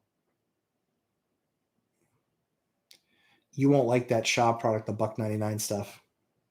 Just saying. Just do me a favor, compare it.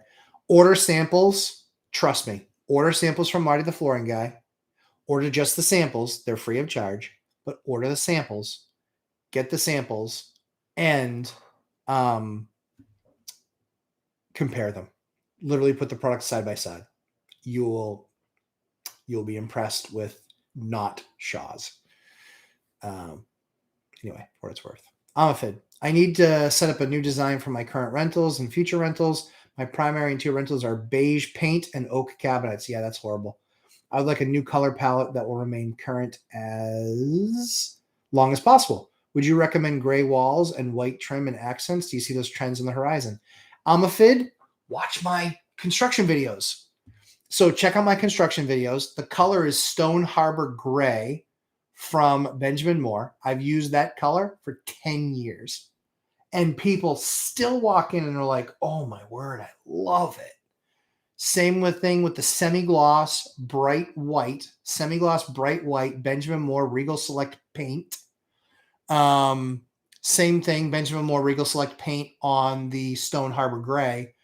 And then the key is with the trim, have it sprayed on with an HVLP tip, high volume, low pressure. Have it sprayed on with that tip when they're actually doing it, because you don't want brush marks, but that will give it this glass finish. Look like $1 million, and it's not that much more expensive. It's actually far less time consuming to paint it that way. It's just a lot more prep work because you have to tape all the floors.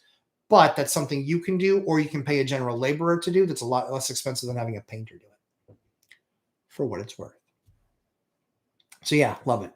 Rankin Projects, talk about the Shaw's flooring. No code on. I have an e-file with all loan application paperwork, like articles, organization, agreement, bank account, etc. Nice. Very good. Yeah, Don's, you can tell Don's like dialed in for sure. Amifid, long as possible. Oh, yep. So that was that question. Tom Kine, night. Hey, Tom, safe travels, my friend. Stay safe. Don, yeah, I totally understand that with your banks, but I can't stand borrowing money at 7.4%. Yeah, totally get that for sure. Yeah, 7.4 is crazy. It's crazy. Yeah, is that Don? Is that because it's a is that because it's construction? That's my guess, right? It's probably because it's construction. Tom Kine, will you put your kids to work at 16 so they have a W-2 for 2 years? When they turn 18, they can purchase their first house? They will be working before 16. I can promise that. Yeah, hard money. Yeah, okay. Yeah, I can promise that. My kids will be working before 16. Yep. They will be in the business doing something at, depending on maturity, probably 12 or 13 years old. Yep. They will be doing something. They will do every aspect of our business. They will be out in the field when they're old enough. Even as just a summer part-time job. I want them learning skills. And no one cares more about my kids' future than me. And any employees that we have or any 1099s that we have, I won't saddle them with my kids every day, but they will spend time with each person because everybody that works for us or works with us has something to teach them. Everybody. And I want them seeing how hard people that work with us and for us, I want them to see how hard they work and respect that, and respect that nothing is given and everything is earned, because our kids will be given nothing but an opportunity. That's what they will be given. Tom Kine. Yeah, so sorry, that was all that question. Yeah, Nisi Ellison. Good answer. My friend is a real estate agent, and I decided to get my license to get around having hurting her feelings when I don't use her. Yeah, that happens. Chester Williams, Rankin Project's nice. What is a decent quality? Yep, that was about the flooring. For the key trades, yep. How do you build a relationship with good contractors before you actually need them, and how would I know they're good? So stuff that exists now that didn't exist when I had it, like Angie's List or now Angie's and like Thumbtack and stuff. The other thing too is that, landlord meetups, that's a good thing too.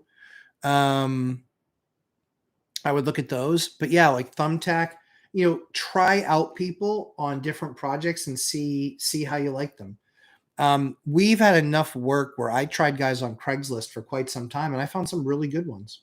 I found some really good ones that advertised on Craigslist. Found some huge bums too, but they did a project and they were a total nightmare. They were gone. If they did a project and they were all right, they would do another one.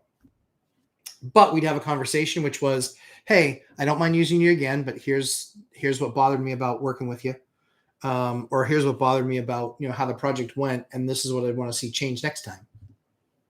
So you have to be able to have that conversation. How would I know you're good? So so feedback from other people that have used them, but also on Thumbtack or on Angie's, they have the reviews and they care about those reviews. The only thing I don't love about Angie's and Thumbtack is you are going to pay retail. You're going to pay full boat retail plus. You're going to get the guy that has a decaled truck. You're going to get the guy that has a decaled shirt. You're going to get the guy that has a hat that matches everything. And you are paying for all of that. And he's driving a 2022 Silverado 3500 with the Z71 package, or the Duramax diesel package that was a $83,000 truck. And that's what I'm not a huge fan about on some of those sites, is that you're paying full list price. But it's good to start a relationship, and then after that, you don't have to contact them through Thumbtack anymore. But you just say, hey, would like to talk about, what this looks like if we continue to use you guys in the future. So yeah, that's what I would do. I would use those if you're trying to figure it out, if you will. Dion Talk Financial Freedom. Have you ever lost Earnest money? Yep. I pulled from a deal. And they said they're going to keep my deposit. And I said, that's fine. We can play that game. They're like, what do you mean that game? I go, I'm going to hold your property up. You're not going to be able to put it back on the market. Yeah. So they wanted to hold, it was going to cost them, I think, 3.5 weeks in the deal. So I said, so you probably just want to put it back in the market and go catch that other guy that was right behind me. I forget what the detail was, but it was something absurd. It was something absurd on their part, that it was playing a game on something on the inspection. They're like, well, it was a pass-fail inspection. It didn't fail. It's just not desired or something. It was like the terminology that was used in the report. And I'm like, I'm considering it a fail. They're like, well, we're not considering it a fail. Okay, let's play that game. So we did. And so I lost it. They were going to keep it, but then I fought and I ended up getting it back. So lost it, yes, but ended up getting it back because I was going to withhold their property. I was going to withhold their property from getting put back in the market. Hip Harp Silver, due diligence is key to success. Yes, Hip Harp Silver, I completely agree. Rankin Projects, yeah, it's not too bad. Uh-oh, Matt said no. Just try it. I'm telling you, just look at the difference. I think you guys will see a difference in the product. I'm interested. If you find something that's $1.99, I'm not married to these guys. If you find something that's $1.99 that's equal to this stuff, dude, I'll buy 10,000 square feet of it and I'll use it. Not a problem. But yeah, I'd love to hear if you guys go find that stuff at Lowe's. I would love to see what you guys do there. If it's great product. I know I've used Shaw's wood floors, not their LVP, but I've used their wood floor stuff. It did not go very well. And what I mean by that was there was a lot of stuff I did just toss out. So it's like, yeah, this is the price per square foot. But then I got 7 pieces in the box that were this big. The heck am I supposed to do with that? So we actually take a lot of those small pieces and we toss them because they don't look right. You can have a nice, big, beautiful, elegant floor if you just use the stuff that's at least like 1.5 feet long and bigger. They had a lot of small pieces in their boxes. And so we got horrible yield. And so when it was all said and done, the price per square foot for that Shaw product was actually a lot worse than if we bought Bellawood, because Bellawood was only putting really nice sized pieces in there. There were some small pieces, but they were, 5-to-1 ratio. Yep. Hard money. Yep. Yeah, don't make sense. J Marking, any specific visual cues you use to assess the exterior condition of a house? It depends on what part of the house. So if we want to work from the top down, I'm looking for the chimney. I'm looking to see if it's capped. I'm looking to see if there's a liner coming out of it. I'm looking to see if the bricks are in good condition and they're properly pointed. Then further down that, I'm looking to see deterioration on the limestone is very much can be eaten away by moisture. And so when you have that hot, cold in the wintertime, you're pushing hot gases through there or a hot water heater or a heating system, that actually will make that limestone fall apart. So I'm looking at the condition of the limestone. Has it been repointed more recently with newer mortar? I'm looking at the flashing around the chimney. When I go in the inside of the attic, am I seeing leak spots, down around the chimney and water spots down around the chimney because that flashing is not that good? Am I looking at the roof? Am I losing any shingles? Am I missing any shingles? Is the tar missing from any of the shingles? Am I starting to get a curl up? Am I starting to get like a dip? Is there a dip anywhere where there clearly might be a roof problem? As I'm working down gutters, I'm looking for gutters. I'm looking for rotted wood where water might run off. As I'm going the next step down, I'm looking for flashing on top of windows, making sure there's no water getting in behind the flashing and rotting out what would be the sill around that window. I'm looking at the actual window itself. Is it a quality window? Is it properly seated? Is it caulked on the outside as a newer window? I'm looking at the vinyl siding. Is there a spot in the vinyl siding where I can get behind it and see, do they actually run insulation behind it? If they didn't run insulation behind it, then if it's a darker color, when it gets super hot, it'll get wavy in the summertime and it'll look crappy. Outside of that, I'm looking at corners of the insulation and seeing what they did there. Is it wood that they brought J-channel to and hooked in this way to? Or is it something nice? Is it like a 5-quarter AZEK that they properly attached and then plugged, and then they brought it to that, and that's what I'm dealing with for a corner? Or is it just what's called a fluted corner, or a cheap tiny corner that matches the color? That's a garbage corner. You can make your place look amazing if you go with what's called a fluted corner. There's 6 inches on each side. They go like this, and then they have these little outcuts in them. You put that on a corner, it completely changes the complexion of things. If it's paint, I'm looking for peeling, chipping paint. I'm looking for rotted wood.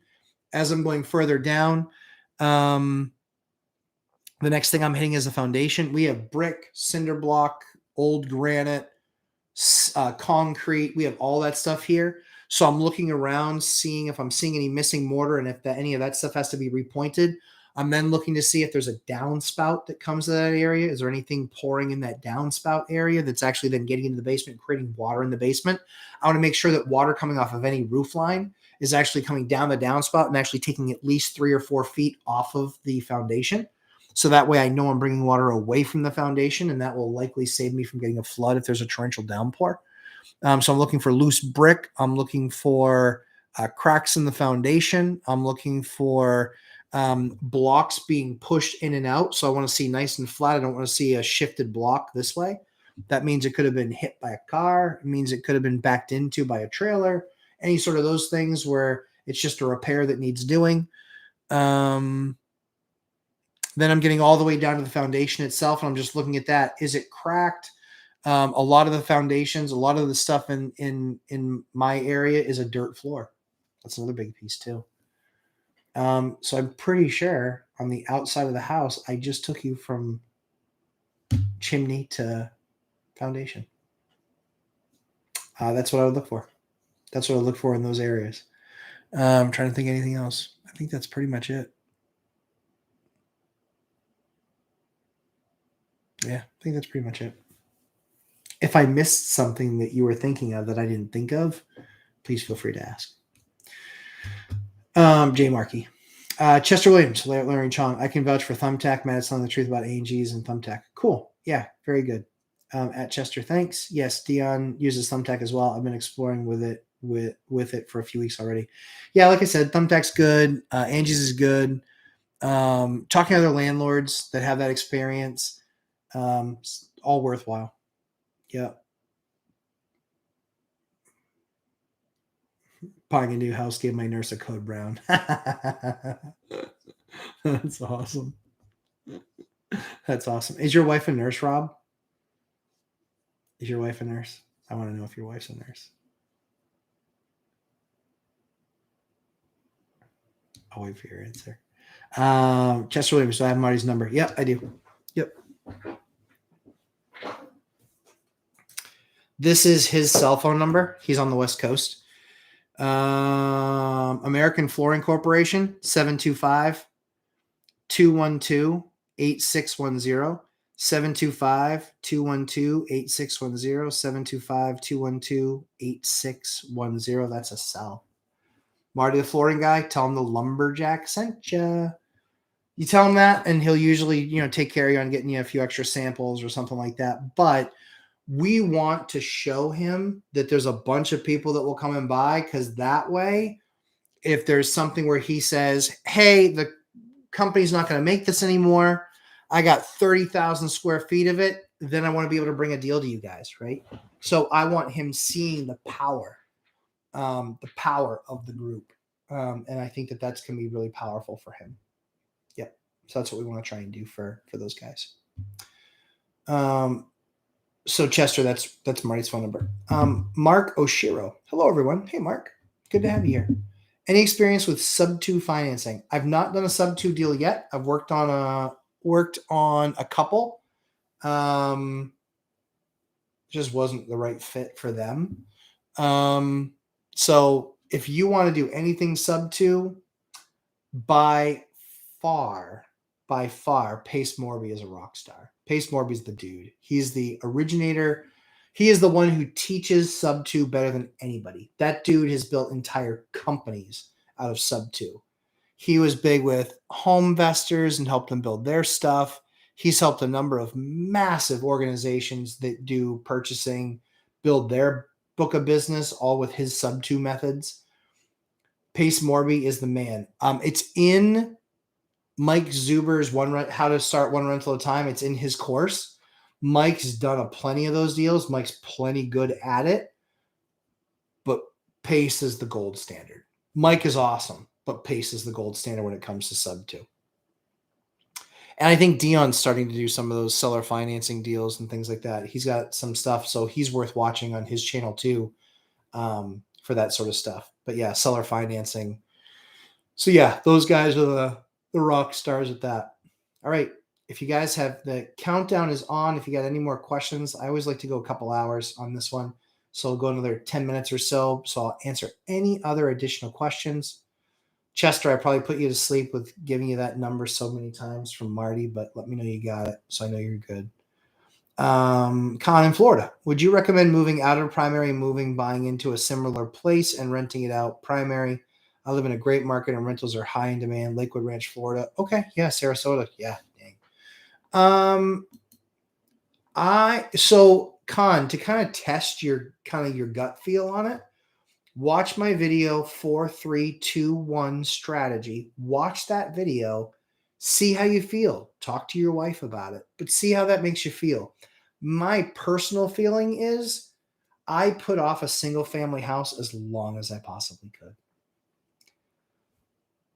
We only got a single family house because I made a deal with Ashley, my wife, Mrs. Lumberjack, that when we got pregnant with our first, that we would be in a house for the baby.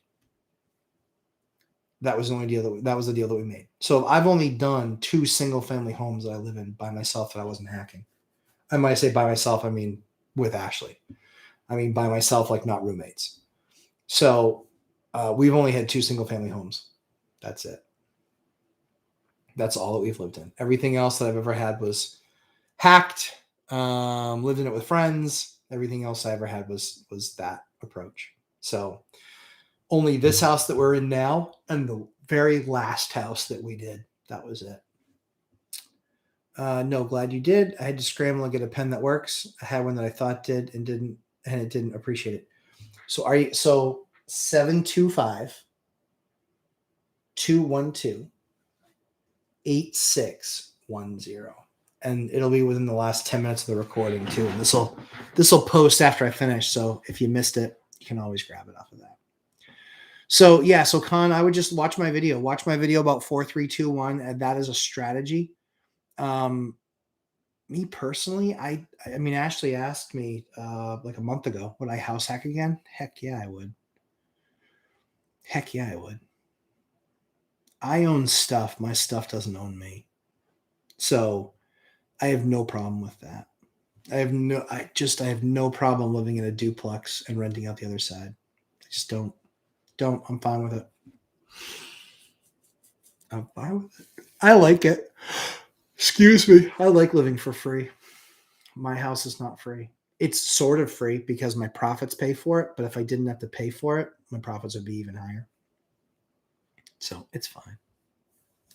But yeah, I love house hacking. One of the things that we're trying to figure out how we're going to do it with our kids is when they get to that point.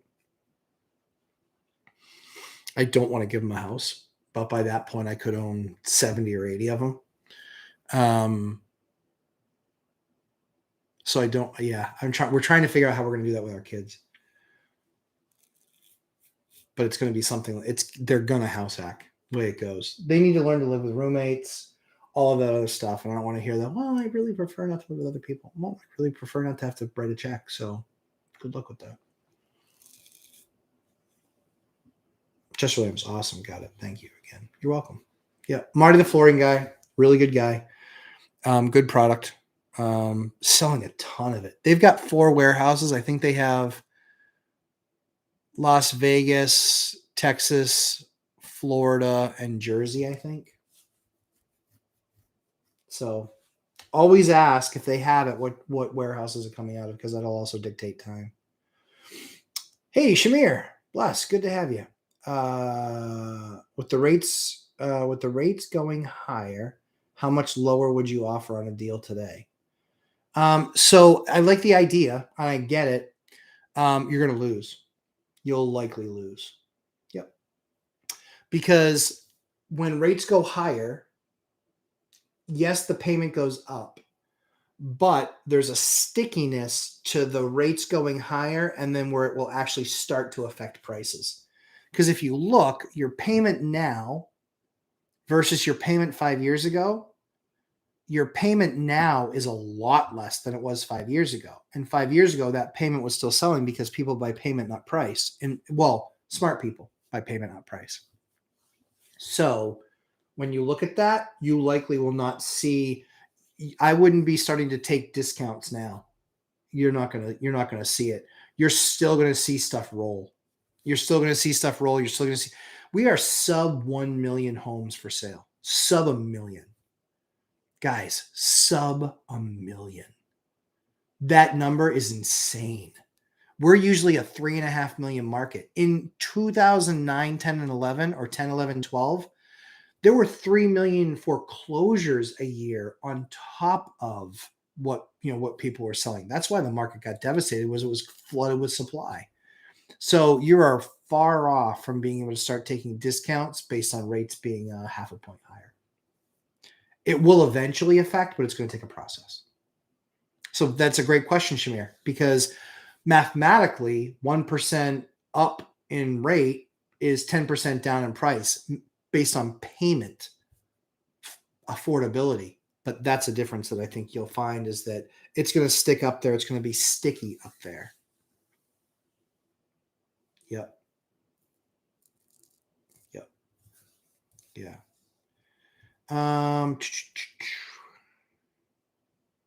Larry Chong, of your 100 units, are any more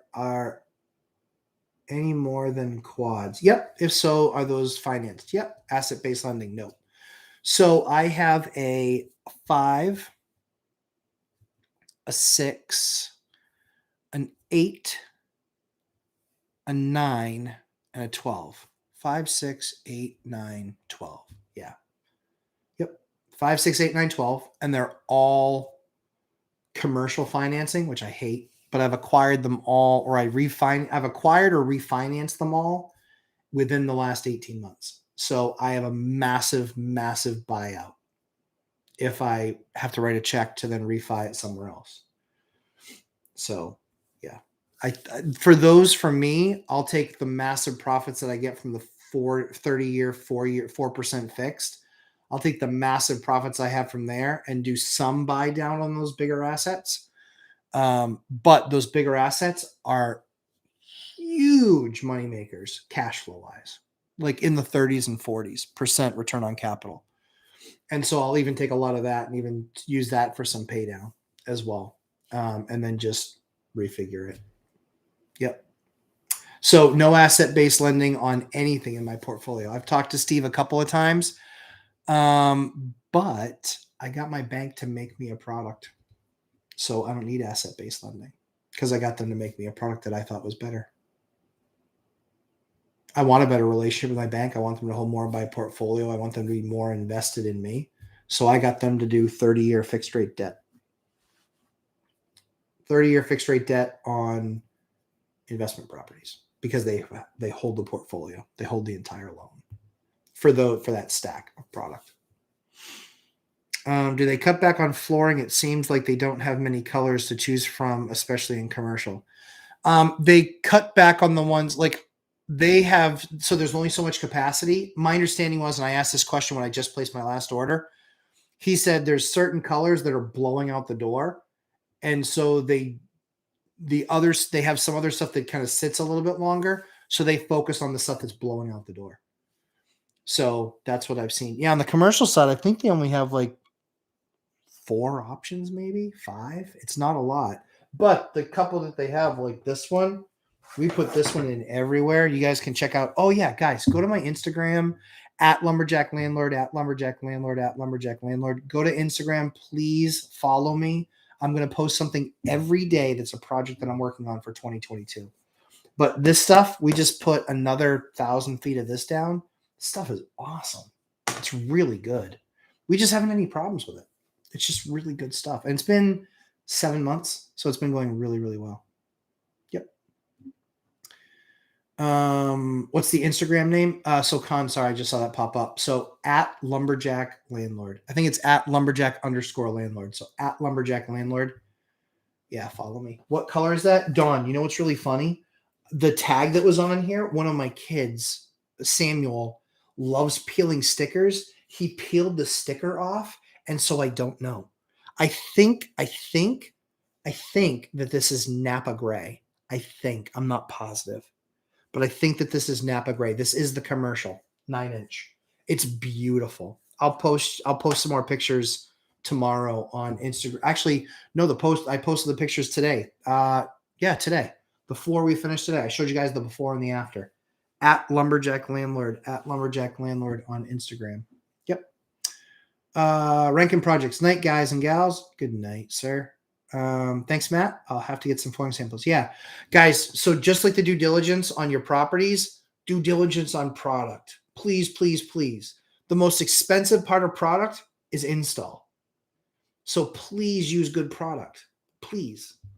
If you're cheaping out on for 50 cents or 75 cents a foot, that install is going to kill you. It's going to absolutely kill you. So please, please get good product. And I'm not saying that I always buy the best, but I find something that's of great value that I feel good about putting in that I'm not going to have to rip out in 10 or 15 or 20 years. In fact, their commercial stuff is rated for 30 years if you use it in a residential application. Yep, it's really good. Chester Williams, that's insane. Sub-$1 million houses. I don't know what that is. Sorry. I forget Chester. Sorry. I forget what that was. Jennifer Medina, do you use one bank? How many have you used in total over the years? Jennifer's always with the great questions. Man. I think I could name them all, actually. I think I can name them all.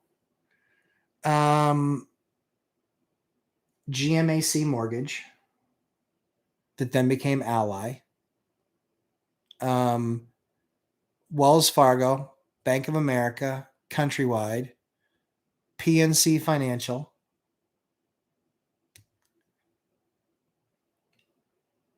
Chase, Citi.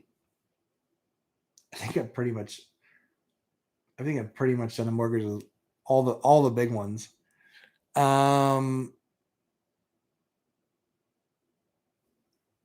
Yeah, those are all the big ones. The other ones are all locals.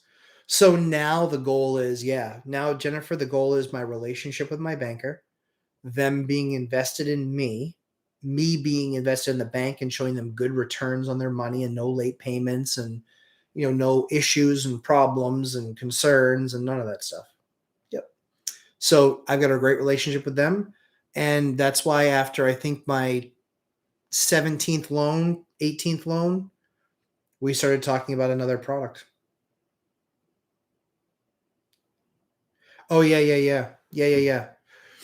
Yeah, sorry. Thanks, Chester. Yeah, not $1 million. Yeah, not $1 million houses. Yeah, sub-million inventory. Yeah, exactly. Yeah, it's sub-million inventory. Yep, sub-million.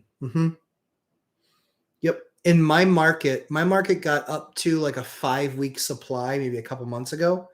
We are right now an 18-day supply in my market. I usually can look at 40 multifamilies in the 3 towns that I track. Right now, there are 3 for sale, and they're ridiculously priced.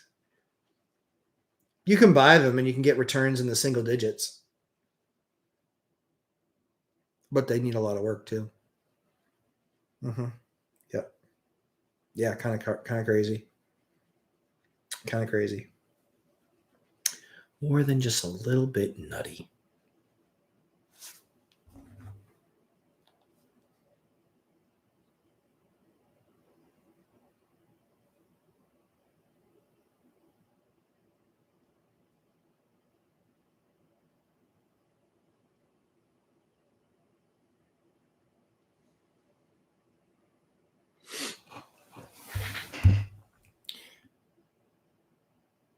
Yeah.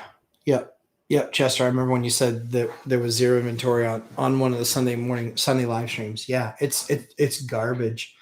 We just closed on a deal yesterday. So I specialize in large duplexes. I specialize in. Yeah. And so 4, 5, and 6 bedrooms per side, large duplexes. I own probably 20% of my entire market duplexes that are that large. Yep. I love that density. Love that unit, because I think we're getting to a point where there's going to be generational living again. And I think that you're going to need that. People won't be able to live in a 3-bedroom house where there's 3 generations. So I think that will happen. Yeah, sadly, but true. Shamir Bless, what do you think of Seabrook? I like Seabrook. So here's what's really funny. Seabrook is 35 minutes from me. I don't know the first thing about their housing market except for the water, because I look on the water there. I want to buy something on the water there.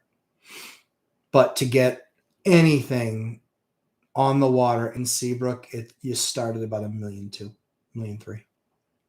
So not yet. Not today.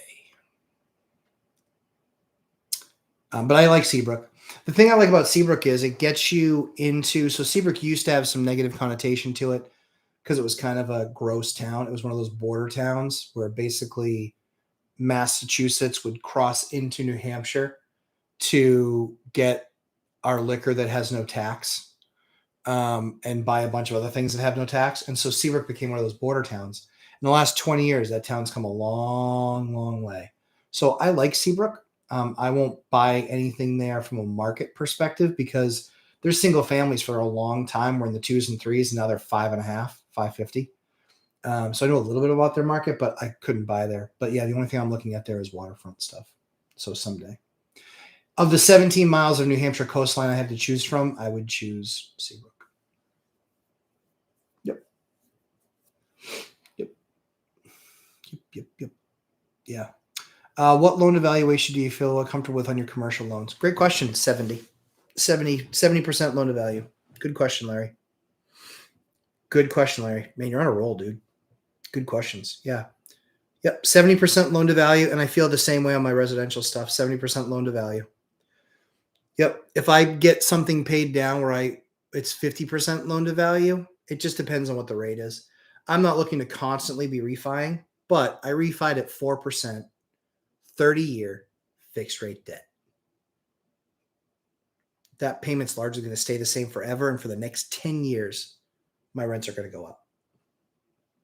Probably forever, my rents are going to go up because, again, we have 18 days of supply. 18 days.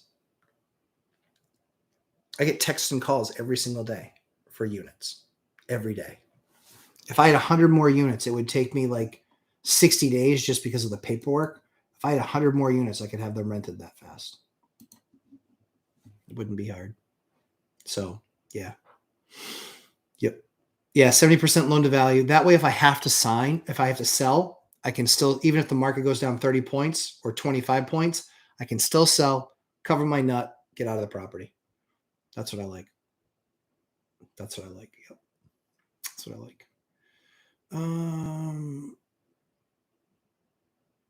Can you put together a cheat sheet to what to look for to walk into an investment property? So there is that stuff in Mike Zuber's One Rental at a Time course. The cheat sheet as far as a rental property, I know that Dion has some videos on that too. Dion does a great job at creating evergreen content. I would check out Dion Talk Financial Freedom. Because it really does differ. So issues that you're going to see in the Northeast are different than what you're going to find in Florida. Florida is mold, termites, water issues, rot. Not speaking badly of Florida, but it's a very moist environment.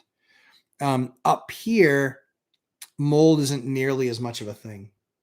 The big stuff up here and rot can be, but our stuff is usually more like an insulation issue, things like that. Like it needs to be better insulated because we have crazy winters and that sort of stuff.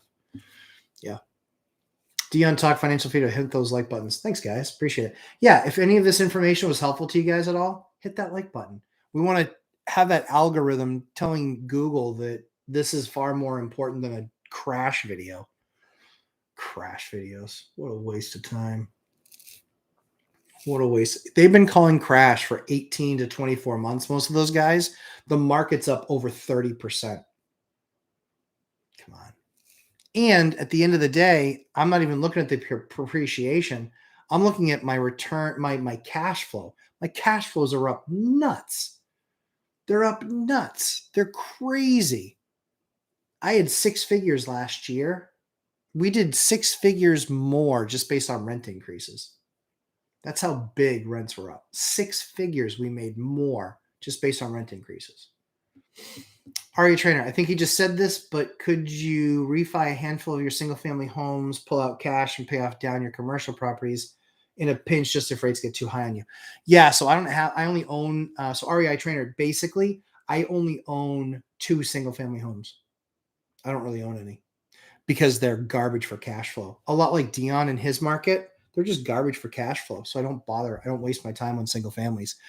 Mike is in a unique position where in California that your taxes, I think it's Prop 13, your taxes start based on what your purchase price was. So when he bought something at $75,000, the taxes were $2,000. Even though the properties were 300,000 now, I believe his taxes are still like $2,000 or 2,500. They're capped. In my state, it doesn't work like that because the sole source of income, we don't have an income tax, we don't have a sales tax. So the largest portion of income for our state is our property tax. So our property taxes are much higher.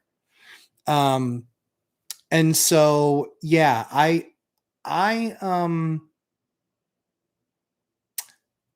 if I look in 5 years, if that rate goes from 3.5 or 3.75, excuse me, to 6.75, and I'm paying an extra, whatever, couple grand a month, believe it or not, all it does is take a deal that, and with increased rents, all it does is take a deal that was making in the 30s and it might make it in the teens. So I still make money. I just don't make as much.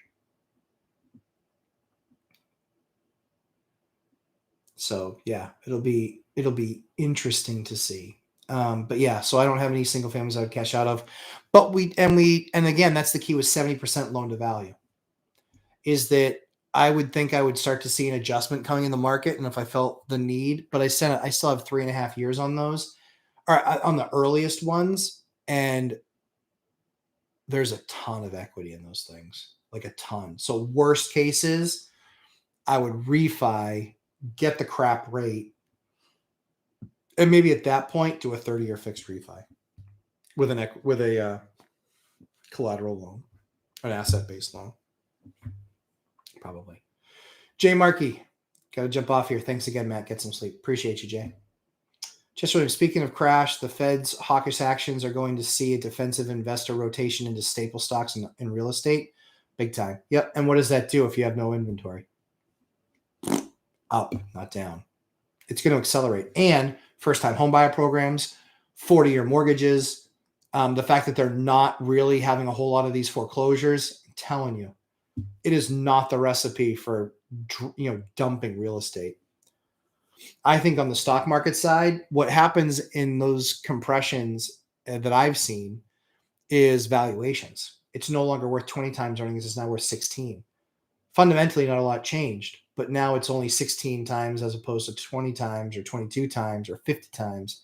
And all of a sudden that stock is dog doo, because it's a paper, an investment in a company. And I like assets. I like assets where people need a place to live. People can't live under a stock certificate. So I just like real estate as an asset class. All right, Trainer, my buy box on duplex or larger is empty right now in my area. Yep, I'm staying out of war zones. Yep, those are going on the market and selling slowly. Yep, definitely cash flow on paper, but they do go eventually. Yep, 100% agree with you. That was one of the issues that I made. I bought one that was in a good area, and then I bought one that was in a not a war zone, but it was not an F, but it was a D. It was a D transitioning to a C. Then the market the Great Recession happened and pulled it back to being a D. And it took 10 years plus 12 years to get back to being a C. Yeah. Wound care. Yes, wound care nurse. Oh, very cool. Awesome. Yeah, Ashley was a cardiac nurse. Yep. And then she was a L&D, labor and delivery nurse. Yep. Yeah, it's awesome. I don't know how she does it, because when we would go in and have the babies, she knew everybody there. I was like, you like this? And she's like, yeah, they're all my friends. I was like, but your stuff is all out. And she's like, I don't mind. I was like, I don't get it. But whatever. If she's happy, I was happy. It was good.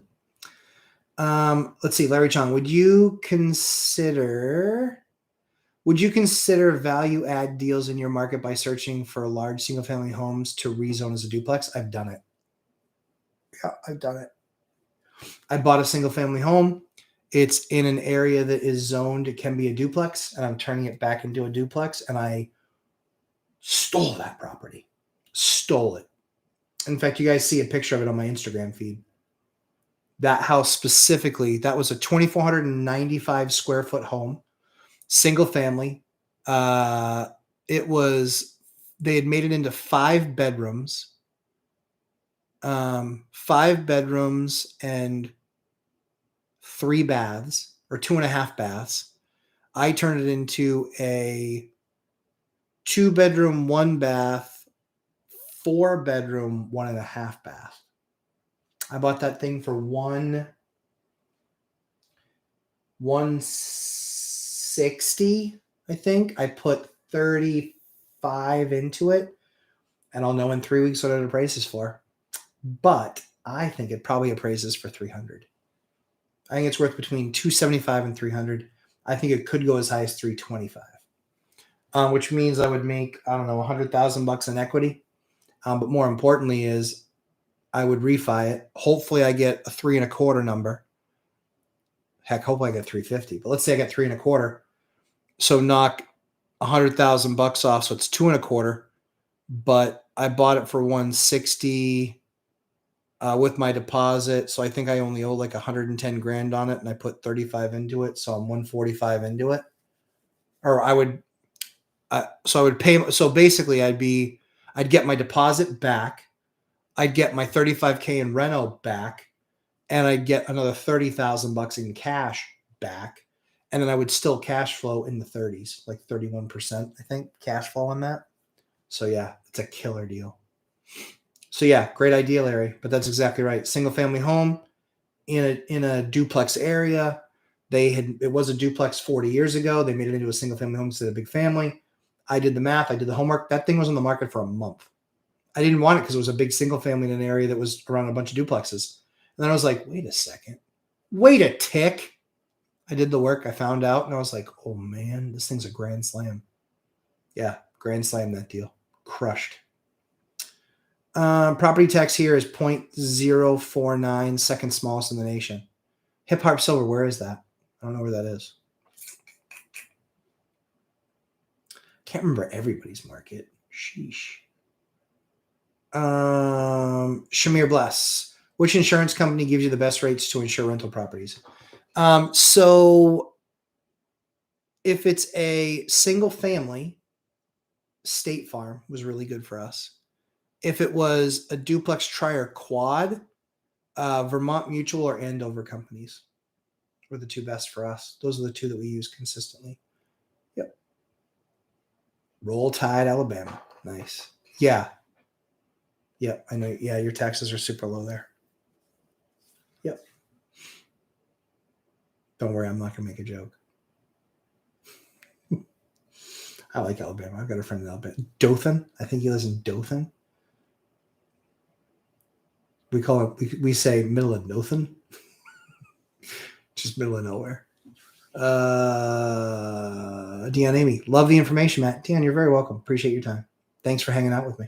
Appreciate you. Larry Chong, if not mistaken, that was formerly a duplex made into a single family home. What about taking a true big single family home to rezone as a duplex? So they had rezoned it back to a single family. And so I then just literally had to fill out a form and bring it back to a duplex. But yeah, sure. Yeah. Yep.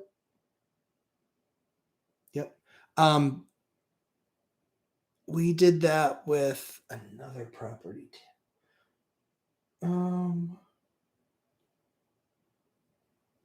Yeah, we did that with another property too. Except I think we went from a 2 to a 3. Yeah, I think we went from a 2 to a 3. So yeah, we did that too. We went from a 2 to a 3.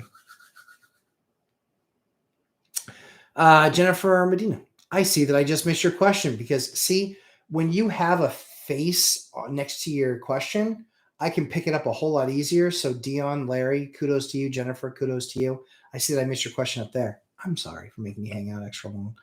My market has crazy winters as well. Can you speak on what decisions you make when making an offer based on insulation, i.e. no insulation, don't buy if you're doing siding already? So the siding on the outside of your property is actually only it's only an R value of like 2. It's almost nothing. The reason that you do the insulation on the outside of the building is more so when it heats up in the summertime, it actually gives the siding a place to breathe so it doesn't warp from heat. So what you're more concerned with is insulation, the actual bays. And usually on the older homes, it can be 0. It can be newspaper. It could be, if it was gutted, it could be fiberglass. If it was never gutted, it probably at best, you're probably going to find blown in insulation, which they then hard pack. That stuff is fine. It's a good application. The stuff that I'm most interested in seeing is the gap stuff. So drilling the hole, putting the liquid stuff in there, and then just turning on and pouring, and then it converts in the bay, and then it basically pops out the hole, and it basically fills up the entire bay. I'm very interested to see the cost modeling on that because I haven't done that yet, but I've got a project where I'm going to do it just to see how it is, because I've got a project that I found out has no insulation on the walls. We checked a few walls and they had insulation, but I guess like one of the units literally has none. And so I'm just like, why is this place going through so much heat? So yeah.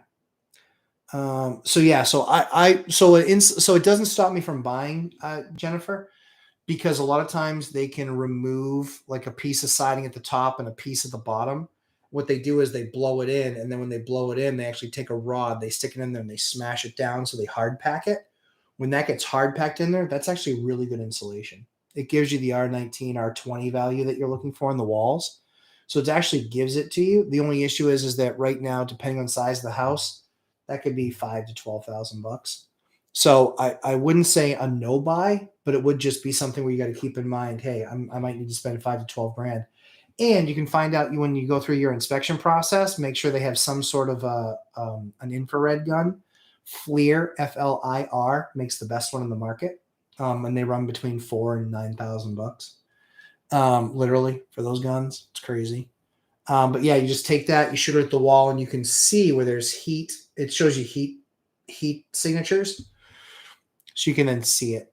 And that's one of the things that I would highly recommend doing when you're doing an inspection, so you can find out quickly. Exactly what that's going to look like.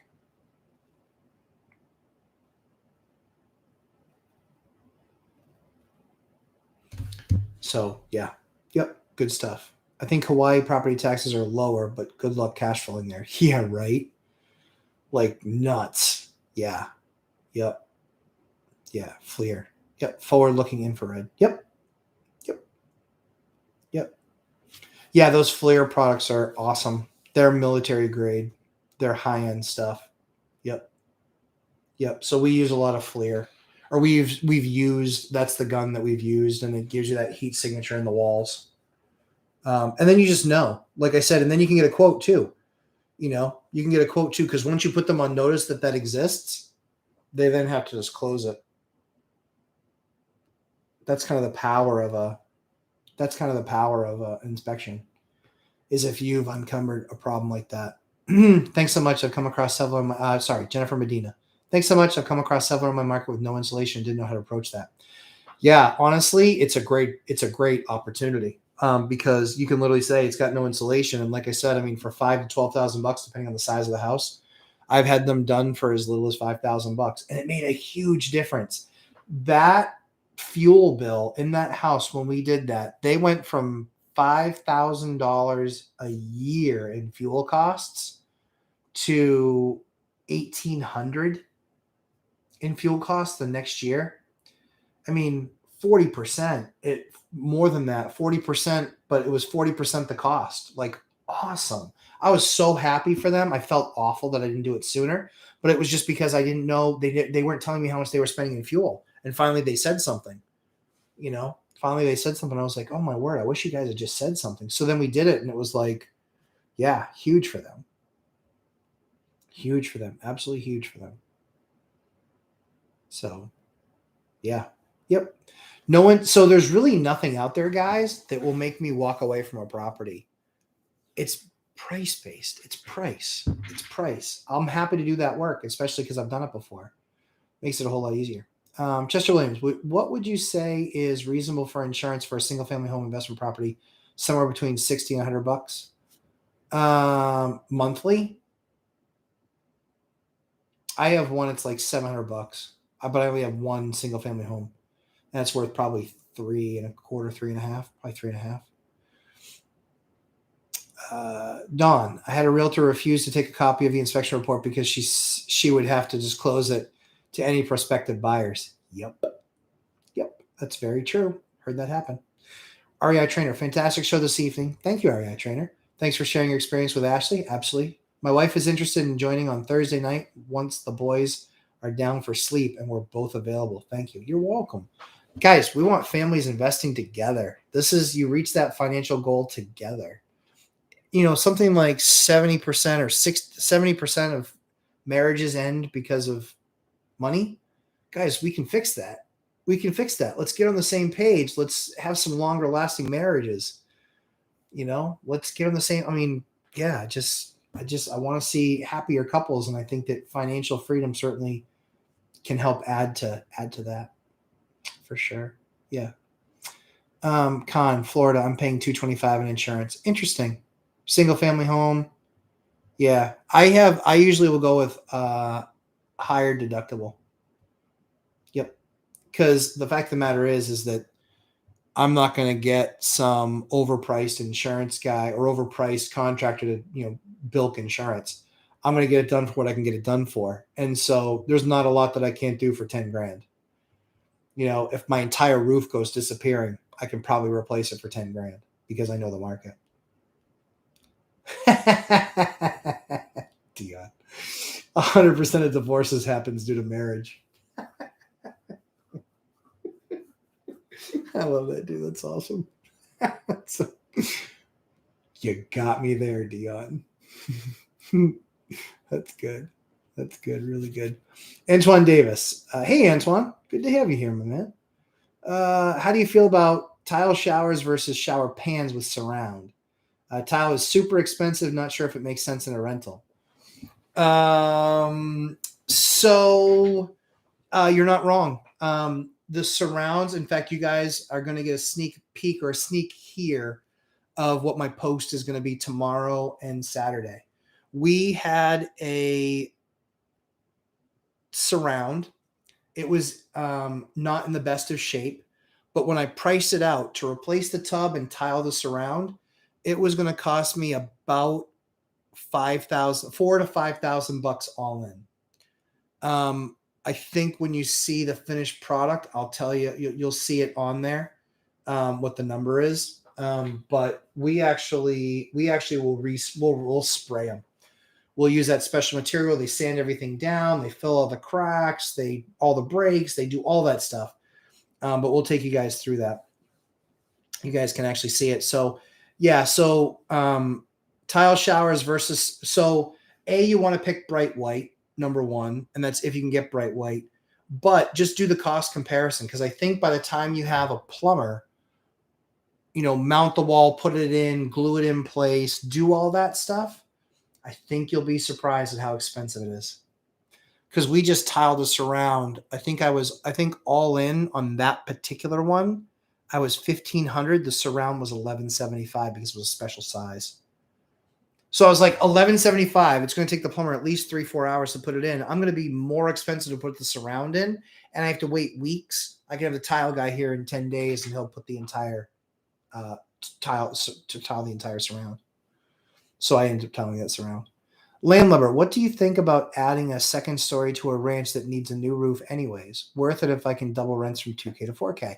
Yes. So I will know a lot more in a couple weeks. I actually have a duplex that has a 3/4 story on the second floor, and I hate it. And I think it makes it a less desirable property. And so I want to rip off the entire second floor, start from scratch, but I'm going through with an architect right now.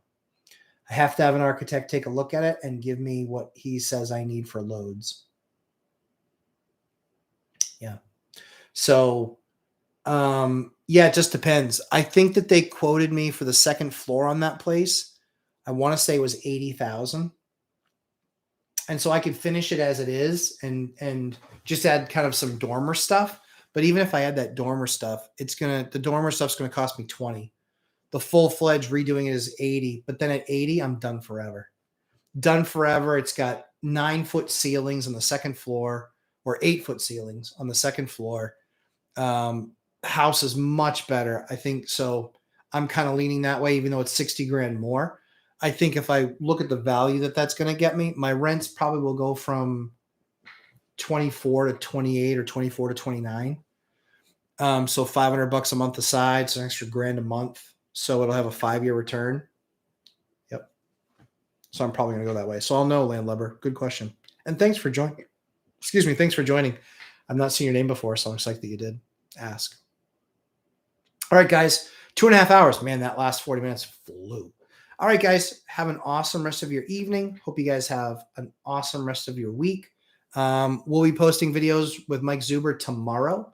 And then check out at Lumberjack Landlord on Instagram. You'll see the new pictures that I'm going to post tomorrow. I think you're gonna really like what I show, because I'm going to be showing the tub before and then the tub after. I think it's going to blow your mind. It blew mine, and I love even more what I paid for it. So yeah. So guys, have an awesome night. Good night. Appreciate it. Take care. And like I said, we'll put some more stuff out there tomorrow on Instagram. Check it out, and you'll see stuff from myself and Mike Zuber from One Rental at a Time. You'll see that stuff tomorrow, right around 1:30 or 2 o'clock. I think our first video hits. Thanks, guys. Have a great one. Take care.